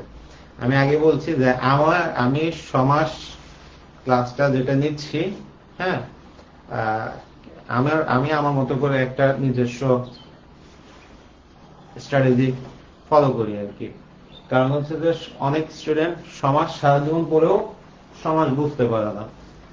তো এই জন্য আমি আমার মতো করে কিছু জিনিস ব্যাখ্যা করি যেটা কোনো বইতে পাবেন না। ওকে, তো যেভাবে হোক আমার ক্লাসটা ভালো করে টেনে টেনে না দেখে মনোযোগ দিয়ে দেখবেন, আপনারই লাভ হবে। ওকে, এখন আমরা আলোচনা করব দ্বিগু সমাস। দ্বিগু, ওকে, দ্বিগু সমাসে মানে কি? এখানে একটা জিনিস খেয়াল করেন, এই দ্বি মানে কি? দুই, তাই না? এই দুই আবার যদি আমরা এভাবে আনি তাহলে হয় সংখ্যা একটা, দুই। তাহলে এটা একটা হচ্ছে কি সংখ্যা। ওকে, তাহলে এখন প্রশ্ন আছে, স্যার গু মানে কি? হ্যাঁ, গু মানে কি? গু মানে আপনারা যেটা ভাবতেছেন সেটা না, সকালবেলা যেটা করে আসছেন। ওকে, বা অনেকে আছে ক্লাস করার সময় হয়তো বা করতেছেন, ওইটা না। হ্যাঁ, একটু ফান করলাম আর কি। তো গু মানে সংস্কৃতি অনুযায়ী গু মানে হচ্ছে সমষ্টি। ওকে, সমষ্টি মানে সংখ্যার সমষ্টি। যখন আমার দ্বিগু সমাস বোঝাবে, এই দ্বিগু মানে হলো সংখ্যার সমাহার অথবা কি সমষ্টি বোঝাবে যখন, তখন সেটাকে বলা হয় দ্বিগু সমাস। ওকে, দ্বিগু সমাস মানে কি? সংখ্যার সমাহার বা সমষ্টি। খেয়াল করেন, এখানে আমার দুইটা জিনিস থাকতে হবে দ্বিগু সমাসে। দ্বিগু সমাসে আমার দুইটা জিনিস থাকতে হবে, কি কি? অবশ্যই একটা থাকতে হবে সংখ্যা প্লাস সমাহার। এই দুইটা জিনিস দুইটাই থাকতে হবে। যদি কোনো কারণে সংখ্যা থাকে সমাহার না থাকে, বা সমাহার আছে সংখ্যা নাই, তখন কিন্তু দ্বিগু সমাস হবে না। আমাকে দ্বিগু সমাস হতে গেলে অবশ্যই সংখ্যার সমাহার হতে হবে। যেমন ধরেন চৌরাস্তা, চৌরাস্তা, হ্যাঁ, চার রাস্তার সমাহার। ওকে, এই যে চার সংখ্যা আছে, সমাহার আছে, তাই না? তাহলে একইভাবে সপ্তর্ষি কি হবে? সপ্তর্ষি, সপ্ত ঋষির সমাহার। ওকে, বা শতাব্দী, শতাব্দী কি হবে? শতাব্দী, হ্যাঁ, শত অব্দের সমাহার। বা সপ্তাহ, সপ্তাহ কি হবে? সপ্ত অহের সমাহার। ওকে, এভাবে আমার সংখ্যা এবং সমাহার দুইটাই বুঝাইতে হবে, তাহলে হবে আমার কি সমাস? দ্বিগু সমাস। ওকে, আমার যদি সংখ্যা সমাহারে কোনোটা একটা না থাকে, তাহলে কিন্তু সেটা দ্বিগু সমাস না হয়ে বহুব্রীহি সমাস হয়ে যাবে। যেমন একটা উদাহরণ দিয়ে আমি বুঝাই। যেমন 3 তার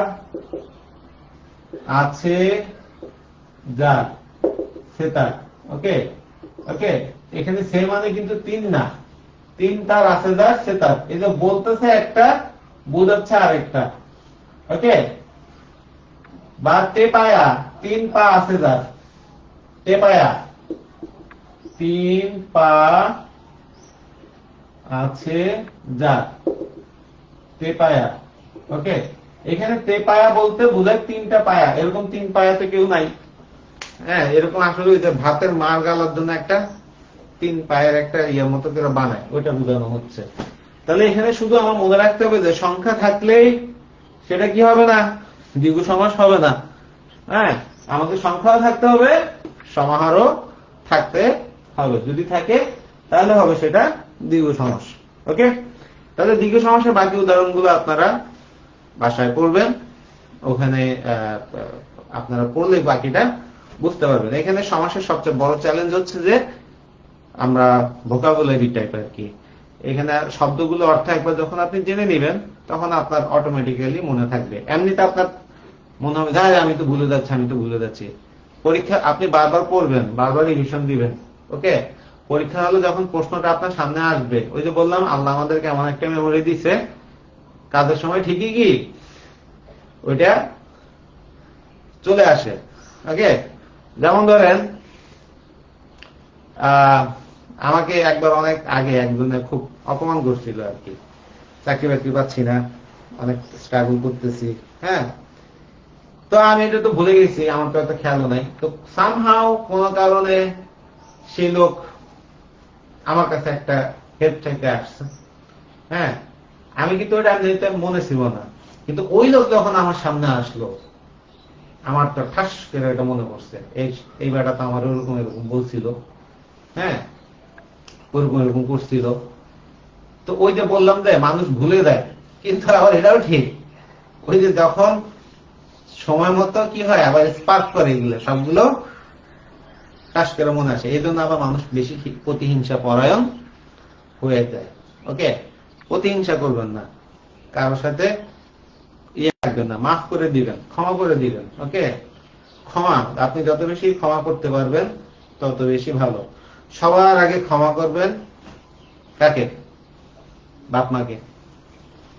আমাদের অনেকেরই একটা ইয়ে থাকে যে কি বাপ মার প্রতি আমাদের খুব বেশি থাকে, আমার বাপ এরকম করলো না কেন, আমার মা এরকম করলো না কেন। হ্যাঁ, এই ইত্যাদি ইত্যাদি। তো আমি একটা জিনিস শুধু বলবো যে মনে রাখবেন যে আপনি যখন একদম খুব ছোট ছিলেন, একদমই যখন বিছানায় পায়খানা প্রস্রাব করে দিতেন, তখন কিন্তু বাবা মা আপনাকে পরিষ্কার করত, বড় করে তুলেছে। আজকে আপনি এতটুকু আসছেন, এটা আর কেউ করে দেয় নাই, এই বাবা মায়েরাই করেছে। ওই জিনিসটা আপনি কখনো শোধ করতে পারবেন না, তাই বাবা মায়ের মাফ করে দেন। আসলে ওনারা অনেক সময় না বুঝে আপনাদেরকে অনেক কিছু করে। আপনি পড়ালেখা করছেন, অনেক কিছু জানেন বুঝেন, যেটা হয়তো বা আপনার মতো হয়তো পড়ালেখা করার সুযোগ তাদের হয় না দেখে সেটা অনেক কিছু তারা বুঝতেছে না।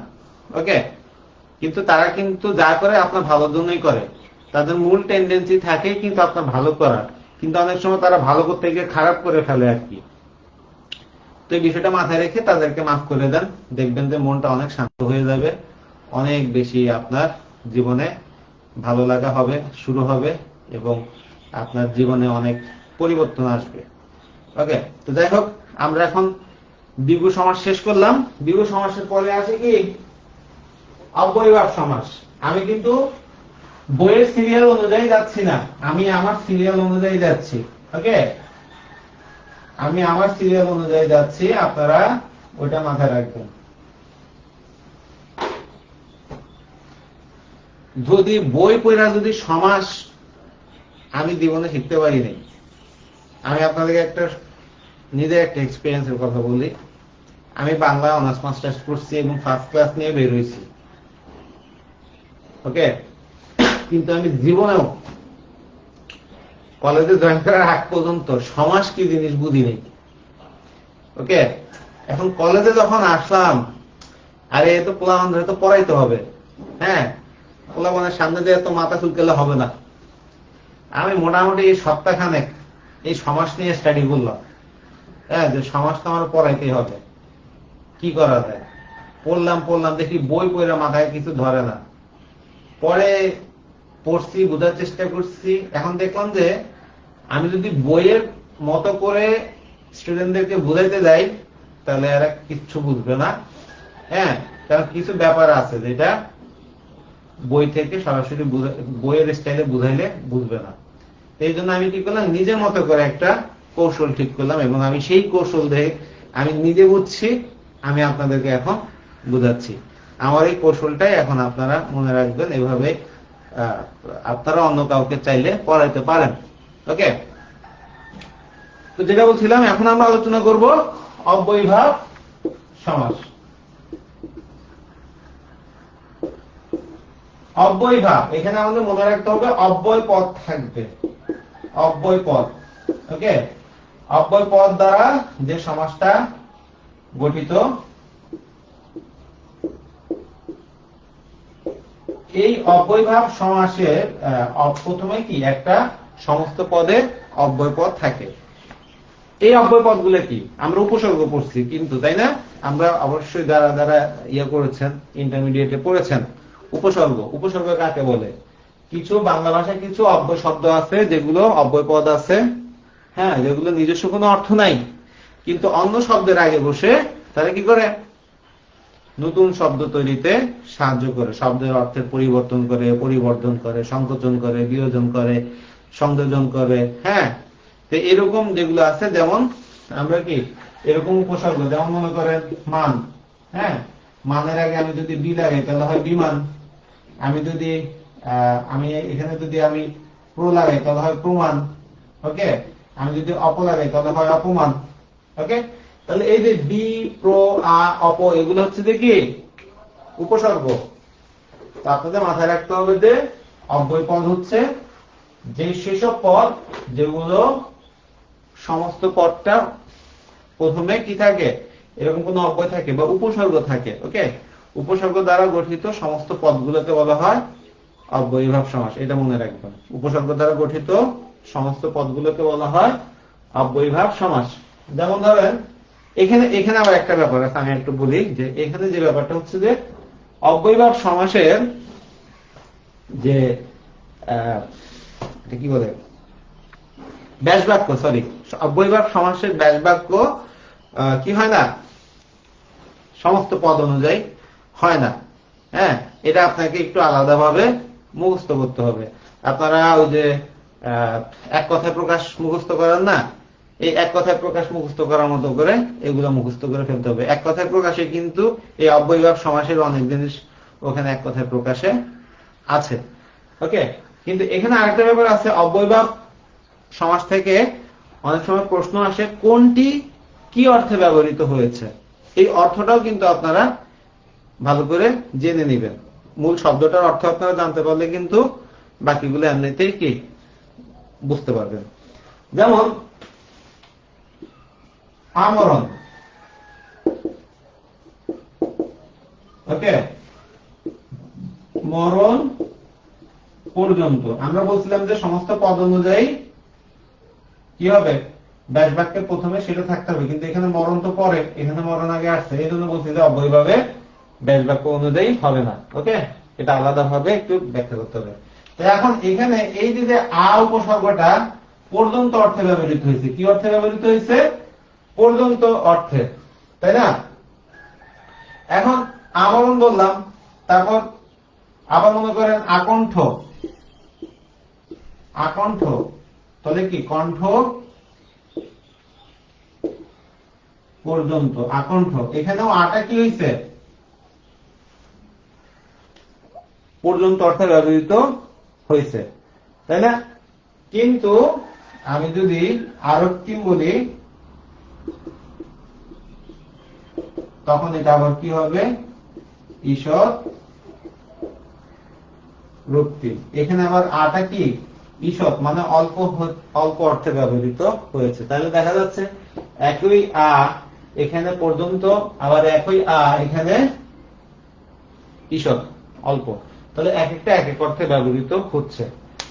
যেমন কুলের সমীপে উপকূল, হ্যাঁ, তারপরে হচ্ছে উপকূল, আবার আবার হচ্ছে যে গ্রহের সমতুল্য, হ্যাঁ, গ্রহের সমতুল্য, উপগ্রহ বা গ্রহের সদৃশ্য।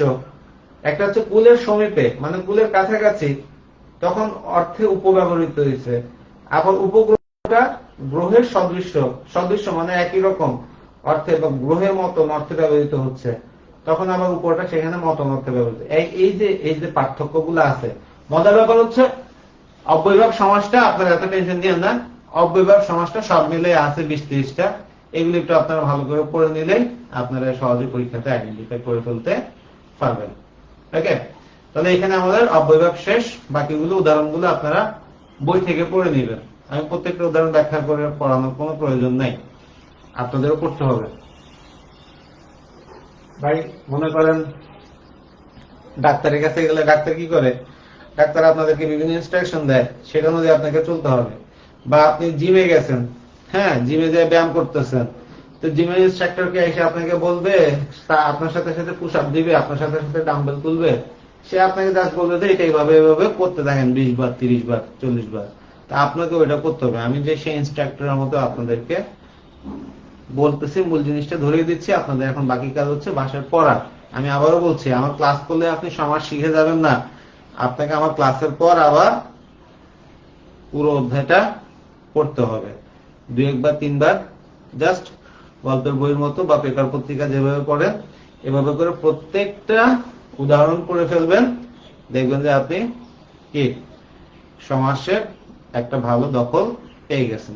ওকে, তাহলে আমাদের অব্যয়ভাব শেষ।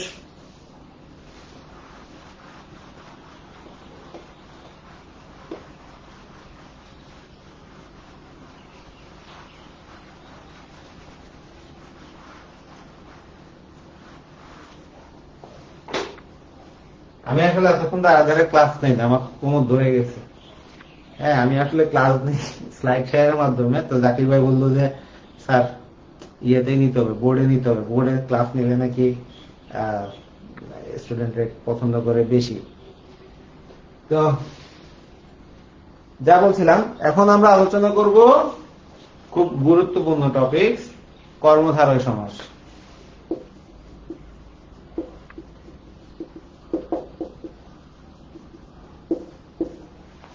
কর্মধারয়, ওকে, কর্মপদকে ধারণ করে যে সমাস হয় তখন সেটাকে বলা হয় কর্মধারয় সমাস। দেখি আমি আপনাদের একটা বাক্য লিখিয়ে বললে,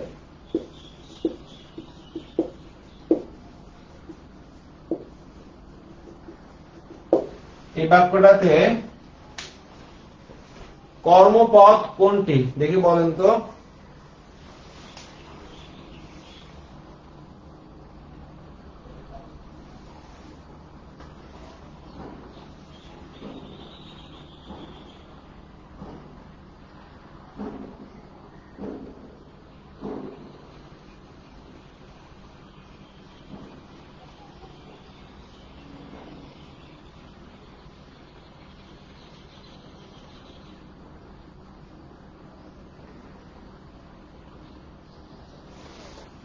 পার্সন বলতে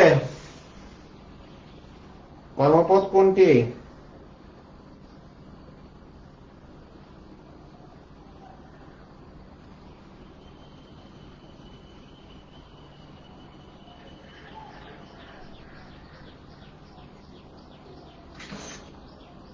ভাত কর্মপদ, very good. Khadija Khatun, very good, ইনশাআল্লাহ চাকরি হয়ে যাবে। এখানে অনেকেই লিখতেছেন খাবো, এটা হচ্ছে কর্মপদ না, এটা হচ্ছে ক্রিয়াপদ। ওকে, ক্রিয়াপদ। আর ক্রিয়াপদকে যখন আমি প্রশ্ন করি কি দিয়ে, হ্যাঁ, অথবা কে দিয়ে, তখন যে উত্তরটা পাওয়া যায় তখন সেটাকে বলা হয় কর্মপদ। ওকে, তাহলে আমি ভাত খাবো, তাহলে এটা হচ্ছে যে ভাতটা হচ্ছে আমার কর্মপদ। এই ভাতটা কি আমরা যদি হিসাব করি তাহলে এটা একটা নাউন, বা বাংলাতে বললে এটা বিশেষ্য, তাই না? আমার কর্মধারয় সমাসে কি হয়, এভাবে বিশেষ্য বিশেষণ মিলে সমস্ত পদটা তৈরি হয় এবং ব্যাস বাক্যে আমাদের সেই বিশেষ্য বিশেষণের নানা ধরনের ব্যবহার হয়ে থাকে। তো কর্মধারয় সমাসে আমাদের মাথায় রাখতে হবে যে কি বিশেষ্য এবং বিশেষণ।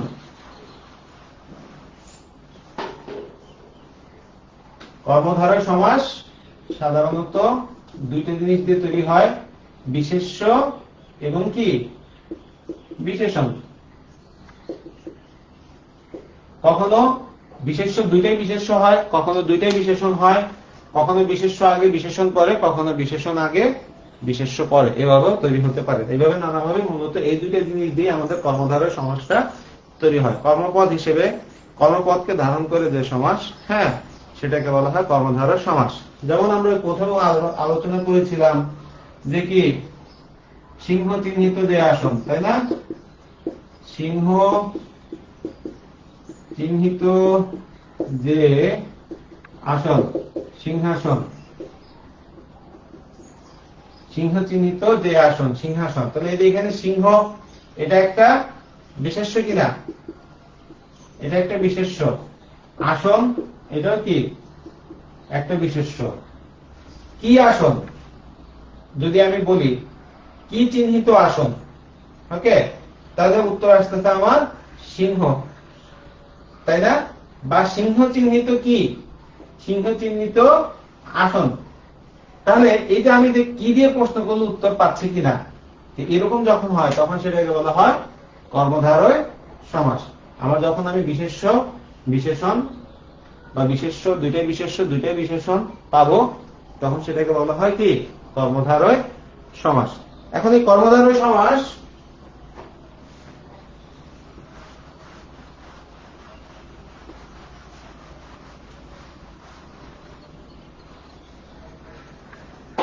কর্মধারয় সমাস এক এক বইতে এক এক ধরনের প্রকারভেদ দিচ্ছে, ওকে। তা আপনারা এগুলো মাথায় খারাপ করার দরকার নাই। আমি যে কয়েকটা পদ বলবো এটা ঘুরে ফিরে এগুলোই বিভিন্ন বইতে বিভিন্ন ভাবে দিয়েছে। তো কর্মধারয় সমাসের প্রথমে দেখেন এক নম্বরে আছে কি সাধারণ কর্মধারয় সমাস। তারপর 2 নম্বরে আসে মধ্য পদলোপী। 3 নম্বরে আসে, এক মিনিট, আমার ল্যাপটপের চার্জ প্রায় শেষ, আমি একটু চার্জারটা লাগাই, সিগন্যাল দিচ্ছে।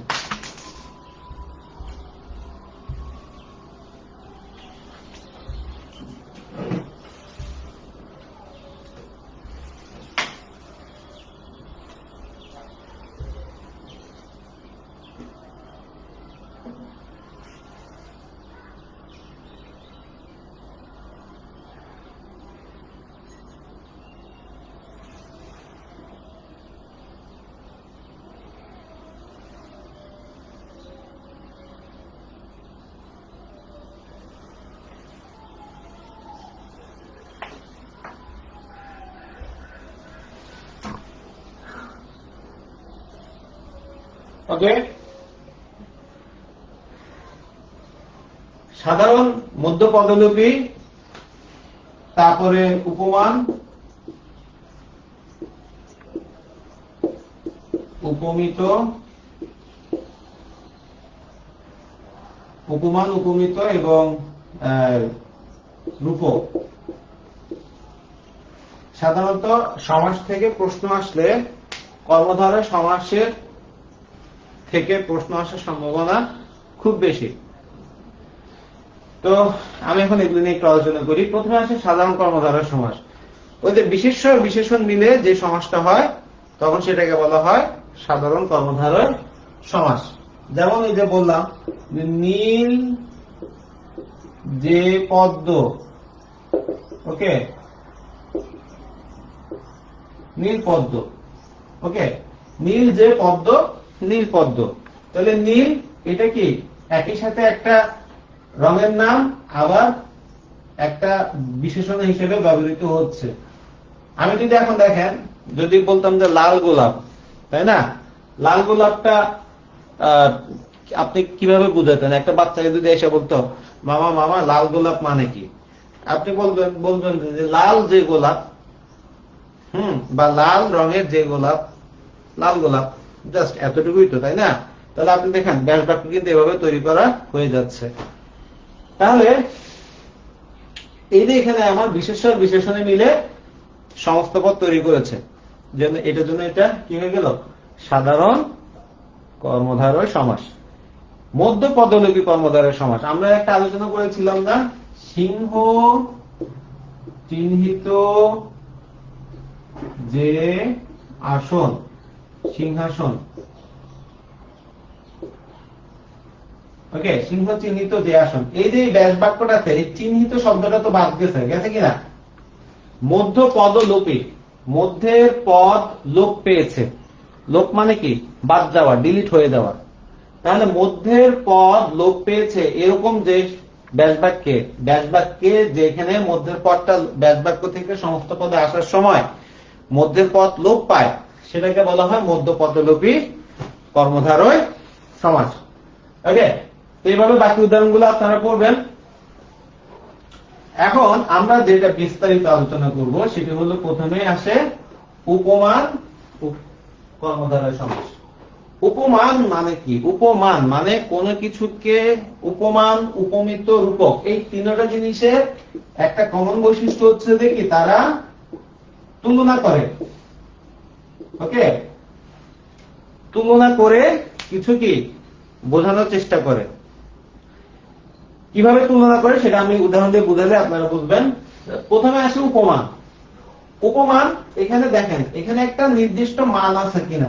ওই আমি বলছিলাম আমার নিজস্ব থিওরি অনুযায়ী, এটা আবার কিন্তু কোন ব্যাকরণিক ইয়া না, হ্যাঁ, এটা নিজস্ব থিওরি অনুযায়ী নির্দিষ্ট একটা মান যখন আমরা যাই, আমরা যখন বাজারে যাই, একটা যখন বলি যে আমাকে 1 কেজি চাল দেন, বা একটা দাড়ি পাল্লে কি করে একটা নির্দিষ্ট বাটখারা একটা মান অনুযায়ী আমাকে কি করে মেপে দেয় না?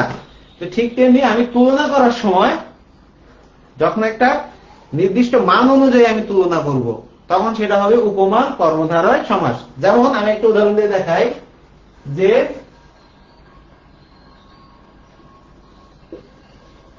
ভ্রমরের ন্যায় কৃষ্ণ কেশ। ভ্রমর কৃষ্ণ কেশ, এই যে সমস্ত পদটা ভ্রমর কৃষ্ণ কেশ, এটা অনুযায়ী এই যে ভ্রমর এখানে আসছে, কেশ শেষে আসছে, মধ্যে কৃষ্ণ এই যে এখানে আসছে। কৃষ্ণ মানে কি? কালো। মানে ভ্রমরের মতো কালো চুল যার, ভ্রমর কৃষ্ণ কেশ মানে ভ্রমর কৃষ্ণ কেশ। এই কেশকে তুলনা করা হচ্ছে ভ্রমরের সাথে, কিন্তু ভ্রমরের কিসের সাথে? ভ্রমরের কালো রঙের সাথে। ওকে, তাহলে এই যে কালো রং যেটা আছে এটাকে বলা হচ্ছে সমাসের ভাষায় সাধারণ ধর্ম। ওকে, সাধারণ ধর্ম বলা হয়। আমি যখন সমাজ করতেছিলাম, আমি আবার ধর্ম, আবার এটা কি জিনিস? আমি তো ধর্ম জানলাম ইসলাম ধর্ম, হিন্দু ধর্ম, বৌদ্ধ ধর্ম, খ্রিস্টান ধর্ম। আমি তো মাথা খারাপ হয়ে যাওয়ার মতো অবস্থা। এখানে ব্যাকরণের ভাষায় ধর্ম মানে হচ্ছে যে কমন ফ্যাক্টর, যেটা একটা কমন ফ্যাক্টর আমাদের থাকবে। ওকে, যেটা মানে এটারও ভ্রমরের রংটাও কি কৃষ্ণ কালারের, এই কেশ যার তুলনা করা হচ্ছে তার চুলটাও কি কৃষ্ণ বা কালো রঙের। ওকে, তো এরকম যখন কমন ফ্যাক্টরটা, এই যে বললাম যে মান, একটা নির্দিষ্ট মান, এটা একটা নির্দিষ্ট কি হিসেবে আসছে? মান হিসেবে এসেছে, এবং সেই মানটাকে বলা হচ্ছে সাধারণ ধর্ম বা ইংরেজিতে আমরা যদি বলি কমন ফ্যাক্টর। এরকম সাধারণ ধর্ম যখন উল্লেখ থাকে তখন হয় উপমান। তুষারের ন্যায় শুভ্র কেশ, তুষার শুভ্র কেশ। ওকে, তুষার শুভ্র কেশ। অরুণের ন্যায় রাঙা প্রভাত, অরুণ রাঙা প্রভাত। ওকে, তাহলে এই যে এখানে আমাদের যখন সাধারণ ধর্মটা বা এই যে কমন ফ্যাক্টরটা যে মান ধরে তুলনা করা হচ্ছে, সে তার মানটা যখন উল্লেখ থাকে তখন সেটাকে বলা হয় উপমান কর্মধারয় সমাস। ওকে, এখন আসেন উপমিত কর্মধারয় সমাস।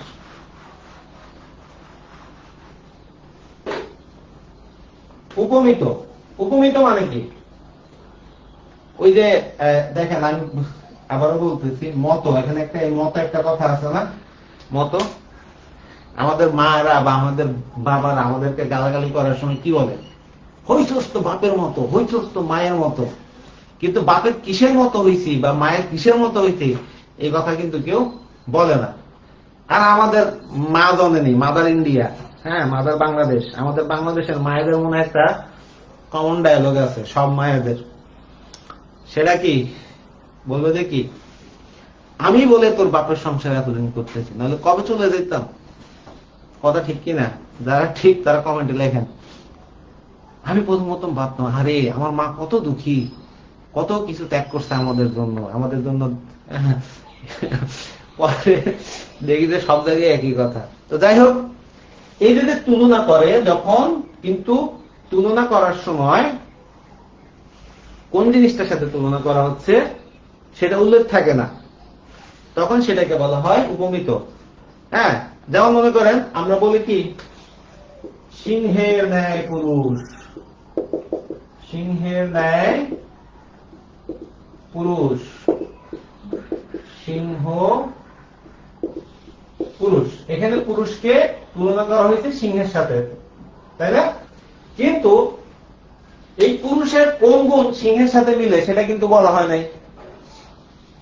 সে কি, পুরুষটা কি সিংহের মতো দাঁত আছে কিনা, না নখ আছে, না শক্তি আছে, নাকি কেশর আছে, নাকি কি আছে, সেটা কিন্তু কিছুই বলে নেই।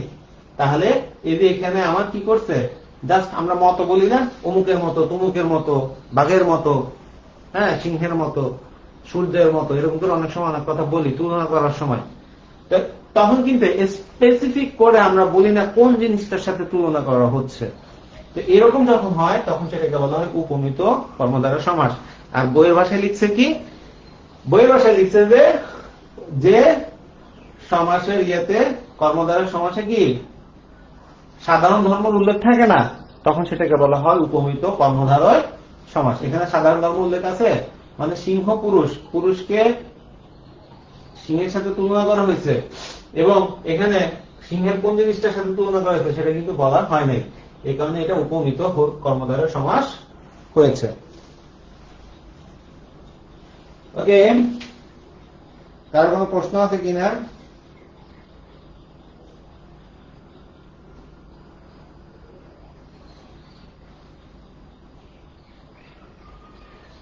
কারো কোনো প্রশ্ন থাকলে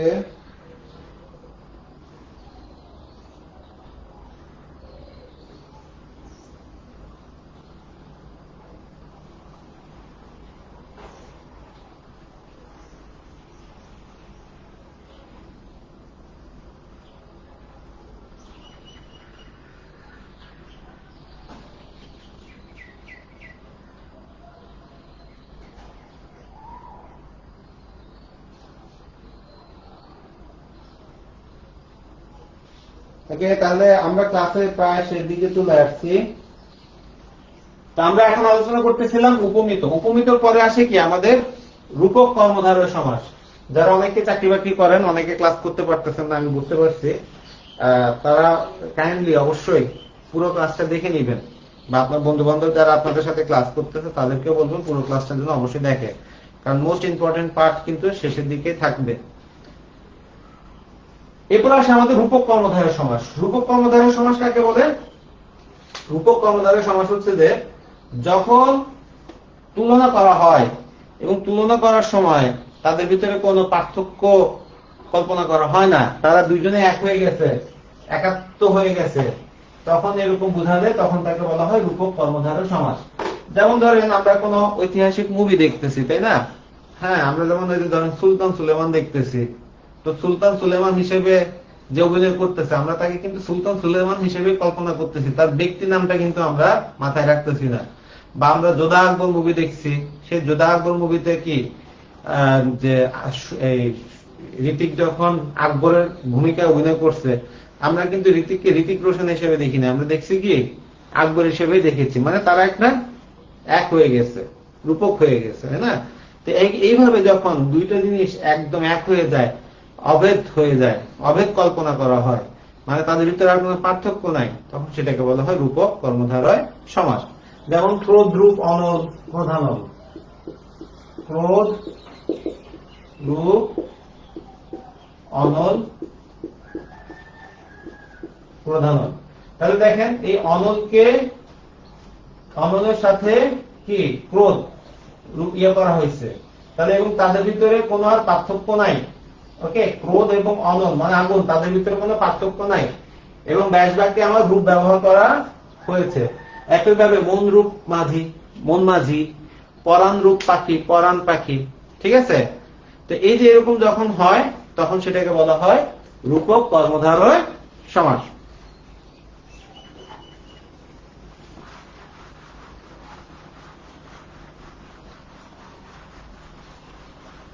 এখন আমরা আসছি আর দুইটা বাকি আছে, তৎপুরুষ সমাস। এখন আমরা আলোচনা করব তৎপুরুষ সমাস। তৎপুরুষ, খেয়াল করেন, তৎপুরুষ সমাসটা কি হয়, পূর্ব পদের বিভক্তি লোপ পায়। পূর্ব পদের বিভক্তি লোপ পায়। আমরা যদি দেখেছিলাম যে পদের সংক্ষেপণ প্রক্রিয়া হিসেবে সমাস আসছে, তাই না? তো তৎপুরুষ সমাসে কি হয়েছে, পূর্ব পদের বিভক্তি লোপ পায়। এখানে তৎপুরুষ শব্দটা যদি আমরা একটু ব্যাখ্যা করি, তৎ মানে হচ্ছে তার, তৎ মানে হচ্ছে তার, আর পুরুষ মানে হচ্ছে আমরা ইংরেজিতে যেটাকে বলে পার্সন। এই পুরুষ মানে ছেলে বোঝাচ্ছে না। ওকে, মানে আমাদের পূর্বপদ বলতে আমাদের যে পার্সনটা থাকে, সেই পার্সনের যে বিভক্তিটা থাকে, সে কোন বিভক্তি লোপ পাচ্ছে সেটার উপর ভিত্তি করে আমার তৎপুরুষ সমাসটা তৈরি হয়। যেমন পদকে আশ্রিত, পদকে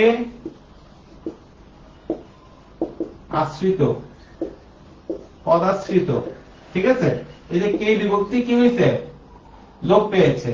বা বিলাত থেকে ফেরত, বিলাত থেকে ফেরত, বিলাত ফেরত, বিলাত ফেরত। এখানে আমি একটা হাইফেন দিলাম। ওই যে প্রথমে বলছিলাম হাইফেন দিলে অনেকে বলে কি দ্বন্দ্ব সমাস। তো এখন যদি বিলাত ফেরত এভাবে হাইফেন দিয়ে লিখে সে যদি দ্বন্দ্ব সমাস দেয়, তাহলে কি বাসটা খাবে কিনা? তো হাইফেন দিলে সেটা দ্বন্দ্ব সমাস হবে না। আমার হাইফেনটা ব্যবহার করা হয় অনেক সময় শব্দ বড় হয়ে গেলে, হ্যাঁ, তখন এটাকে উচ্চারণ করতে গিয়ে, পড়তে গিয়ে, উচ্চারণ করতে গিয়ে সমস্যা হতে পারে, পড়তে গিয়ে একটু সমস্যা, বিভ্রান্তিতে পড়তে পারে পাঠক। তখন এইভাবে হাইফেন দিয়ে আলাদা করা হয়, যেন পড়ার সময় বিভ্রান্তি তৈরি না হয়, সমস্যা তৈরি না হয়, সহজে পড়তে পারে। তাহলে এই যে বিলাত থেকে ফেরত, এখানে আমার কি হয়েছে, থেকে বিভক্তিটা লোপ পেয়েছে। এইভাবে পূর্বপদে বিভক্তি লোপ পেলে তখন সেটাকে বলা হয় তৎপুরুষ সমাস। এখন এটা প্রকারভেদ করা হয়েছে কোন বিভক্তি লোপ পাচ্ছে সেটার উপর ভিত্তি করে। দ্বিতীয় বিভক্তি লোপ পেলে দ্বিতীয় তৎপুরুষ সমাস, চতুর্থী বিভক্তি লোপ পেলে চতুর্থী তৎপুরুষ সমাস। এইভাবে আপনাদের বইতে লিস্ট আছে, আপনারা বইতে পড়বেন এবং আমি যে শিখতে দেবো সেটা পড়ে নেবেন, তাহলে হবে। শুধু আপনাকে মাথায় রাখতে হবে কোনটা কোন বিভক্তি, এই বিষয়টা আপনাকে মাথায় রাখতে হবে। জাস্ট কতটুকু শিখতে পারলে, আপনি বিভক্তিগুলো শিখতে পারলে, মুখস্থ করে ফেলতে পারলে, আর বাকিগুলো আপনি সহজেই তৎপুরুষ সমাস আইডেন্টিফাই করতে পারবেন। এখন আসে আমাদের সর্বশেষ সমাস কি, বহুব্রীহি। বহুব্রীহি, বহুব্রীহি বানানটা অনেকের সময় সঠিক বানান হিসেবে আসে, দীর্ঘইকার রসিকার এভাবে আসছে বহুব্রীহি। তো যেটা বলছিলাম যে বহুব্রীহি সমাসটা কাকে বলে। এখানে বহু মানে হচ্ছে অনেক, ব্রীহি মানে হচ্ছে ধান, অনেক ধান আছে যার, কথাটা হচ্ছে এরকম। কিন্তু বহুব্রীহি দ্বারা অনেক ধান আছে যার না বুঝিয়ে বোঝানো হয় কি অনেক ধনী ব্যক্তি যারা অনেক টাকা আছে, এরকম অর্থে ব্যবহৃত হয়। তো এভাবে যখন ব্যাস বাক্যের একজনের কথা বলে কিন্তু সমস্ত পদ আরেকজনকে বুঝায়, তখন সেটাকে বলা হয় বহুব্রীহি সমাস। ওকে, যেমন বললাম নীলকণ্ঠ যার, নীলকণ্ঠ, এই নীলকণ্ঠ দ্বারা বোঝানো হয় শীতকে। ওকে, বা বিনা পানিতে যা, ওকে, বিনা পানি, এই বিনা পানি দ্বারা বোঝানো হয় সরস্বতীকে। ওকে, তাহলে এই যে এভাবে বলে একটা, বা 80তে 20 যার, 80তে 20 যার, 80-20, ওকে, 80তে 20 যার, 80-20, এই 80 মানে এখানে দীর্ঘইকার যখন হবে তখন সেটা দ্বারা কি বোঝায়, দাঁত বোঝায়। তাহলে এখানে যার দাঁতে কি আছে, 20 আছে। 20 তো আমাদের সবার দাঁতে আছে, আমাদের মানুষের দাঁতেও কি 20 আছে। আমরা যখন এক মানুষ আরেকজন মানুষের মারামারি করার সময় কামড় দিই তখন কিন্তু এটিএস মারা লাগে। কুকুরের দাঁতেও কি বিষ আছে, পিঁপড়ার দাঁতেও বিষ আছে, কিন্তু 80-তে 20 যার 80-20 যখন বলে তখন সেটা দ্বারা শুধুমাত্র সাপকে কি বোঝানো হয়। ওকে, তখন সাপকে বোঝানো হয়। এখন আবার এটাতে আবার অন্য কিছু যদি আপনারা মিন করেন তাহলে কিন্তু হবে না। যেমন আমি এক জায়গায় ক্লাস নিতে গিয়ে বললাম যে কি উড়না নাভিতে যাক, হ্যাঁ উড়না নাভিতে যাক। উড়না মানে কি? উড়না মানে হচ্ছে জাল। তো উড়না যার নাভিতে কি আছে? জাল আছে। তা আমি বললাম যে উড়না নাভিতে যাক, তাহলে এটা সমস্ত পদ কি হতে পারে? এক স্টুডেন্ট বললো স্যার তামান্না ভাটিয়া। এটা হইল উড়না না, উড়না না মানে হচ্ছে মাকড়সা। ওকে, তামান্না ভাটিয়া বলতে তো হবে না। তো যাই হোক, এখন এই যে এটা বলে একটা বুঝায় আর একটা, এরকম যখন হয় তখন সেটাকে বলা হয় বহুব্রীহি সমাস। তো এই গেল আমাদের বেসিক সমাসের বেসিক আলোচনা করলাম। এখন আপনাদের শর্টকাটটা আলোচনা করব। আমি যদি বেসিক না পড়ি তাহলে শর্টকাট কিন্তু আমি বুঝবো না। আমাদের এখন সমাস কয় প্রকার পড়েছিলাম? 6 প্রকার, তাই না? আপনারা একটা যদি যারা যারা লাইভ দেখতেছেন, অনেকে চলে গেছেন, যারা যারা লাইভ দেখতেছেন তারা লিখেন, খাতায় লিখেন দ্বন্দ্ব, দ্বিগু, অব্যয়ীভাব,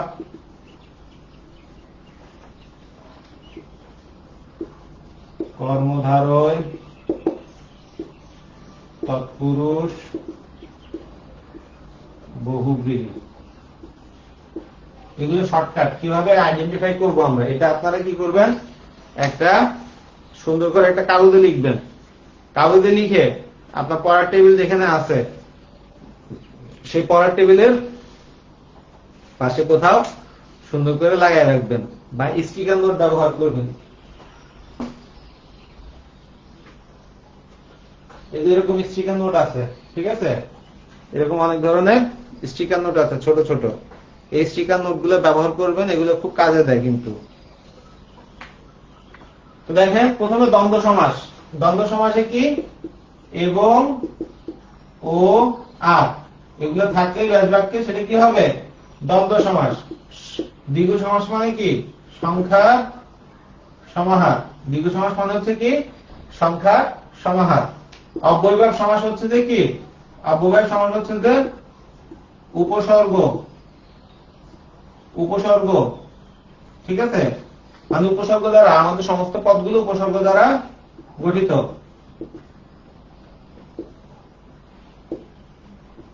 উপসর্গ দ্বারা সমস্ত পদ। কর্মধারয় সমাস, ব্যাস বাক্যে কি থাকবে? যে, যিনি, যারা, হ্যাঁ এগুলো থাকলে সেটা কি? যে, যিনি, যারা, তারা, এগুলো থাকলে সেটা কি হবে? কর্মধারয় সমাস। তৎপুরুষ সমাসে কি হবে? পূর্ব পদের বিভক্তি লোপ। পূর্ব পদের কি হবে? বিভক্তি লোপ। আর বহুব্রীহি কি? তৃতীয় কেউ। বহুব্রীহি মানে কি? তৃতীয় কেউ। যারা পুরো ক্লাস করেছেন তারাই কিন্তু এই শর্টকাট নিয়মটা বুঝতে পারবেন। ওকে, আর যারা পুরো ক্লাস করেন নাই তারাই শর্টকাট বুঝতে পারবেন না, নাহলে বিপদে পড়বেন, ভুল করে আসবেন। এই শর্টকাটটা আপনারা আপনাদের স্টিকার নোট দিয়ে লিখে সুন্দর করে, বা কোনো একটা কাগজে লিখে সুন্দর করে পড়ার টেবিলের আশেপাশে লিখে রাখবেন যে সমাস, সরি উপরে লিখে রাখবেন যে কি? সমাসের শর্টকাট। সমাসের শর্টকাট। ওকে, সমাসের শর্টকাট। তো ঠিক আছে, আজকে তাহলে এতটুকুই। ভালো থাকবেন। আপনাদের সাথে আমি যারা পরে এসেছেন তাদেরকে বলছি আমি ক্লাস নিলাম। আমি মেহেদী হাসান, সহকারী অধ্যাপক, বান্দরবান সরকারি কলেজ, এবং কর্মরত আছি বান্দরবান সরকারি কলেজের বাংলা বিভাগে। 34তম বিসিএস ক্যাডার আমি। আপনারা যারা বান্দরবান বেড়াতে আসতে চান, আসলে ফোন দিয়েন, বা আমাকে কলেজে আসতেই পাবেন। চায়ের দাওয়াত থাকলো। আর আরেকটা কথা, ভাবিয়েন না যে আমাকে পানিশমেন্ট পোস্টিং দিয়ে বান্দরবান পাঠাইছে। আমি ভাই বান্দরবানেরই ছেলে, বান্দরবানে আমার জন্ম, বড় হওয়া, হ্যাঁ, এবং এখানে আমার শ্বশুর বাড়ি, বাপের বাড়ি, সবকিছু এখানে। এই জন্য এখানে আমি পোস্টিং নিয়ে আসছি। ওকে, আমার বান্দরবানের বাইরে অন্য কোথাও শহর বা ভালো লাগে না। আমি এখানে কমফোর্ট ফিল করি, এই কারণে আছি। আবার ভাবিয়েন না যে আমাকে পোস্টিং করে পাঠাইছে। ওকে, যাই হোক, সবার জন্য শুভকামনা। সামনে পরীক্ষা, আপনারা যেভাবে হোক পরীক্ষাটা ভালো করে করেন। এখানে মাত্র এই যে 200 টাকায় আপনারা জাকির স্যারের যে ইয়েটা করতেছেন, এটা আসলে একদম ফ্রি দেওয়ার মতোই, কিন্তু পুরোপুরি ফ্রি না। একদম পুরোপুরি ফ্রি দিলে না মানুষ সেটাকে ভ্যালু দেয় না, এই কারণে মিনিমাম একটা চার্জ রেখেছে। ওকে, এটা আমি তো আসলে শুনে প্রথমে অবাক হয়েছি যে কেমনে সম্ভব, কারণ জাকির স্যার আমাদেরকে যেভাবে পেমেন্ট দিচ্ছে সেটা কিন্তু অনেক বেশি পড়ে যাচ্ছে।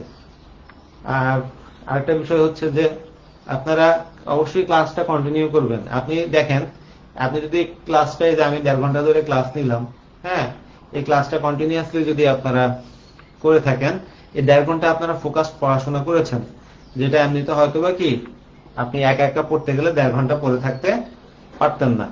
তো ক্লাসগুলো যদি আপনি এখন রেগুলারলি করেন, হ্যাঁ, বাকি সব কাজ ফেলে দিয়ে, ওকে, আপনার যে কোনো চাকরি বা যা আছে ওগুলো একটু পরে যাবেন, 10টার দিকে যাবেন, এরকম করে যদি আপনারা কন্টিনিউ করেন, অন্তত ক্লাসটাও যদি কন্টিনিউ করেন, তারপর চেষ্টা করেন পড়ার, তাহলে কিন্তু অনেক কিছু আপনারা শিখতে পারবেন। ক্লাস করলে লাভটা কি, ক্লাসে আপনি ফোকাসড একটা পড়াশোনা করতে পারবেন, যেটা এমনিতে আপনার হবে না। ওকে, তো ঠিক আছে, আবার পরশুদিন আপনাদের সাথে দেখা হবে নেক্সট ক্লাসে। আমরা নেক্সট ক্লাসে সন্ধি নিয়ে আলোচনা করব। সন্ধিটা একটা খুব গুরুত্বপূর্ণ অধ্যায় প্রাথমিক শিক্ষকের জন্য, পরীক্ষার জন্য। আর আপনারা এর ভিতরে সমাজটা ভালো করে পড়ে নেন। সবার জন্য শুভকামনা, ভালো থাকবেন, আল্লাহ হাফেজ, আমার জন্য দোয়া করবেন। আসসালামু আলাইকুম।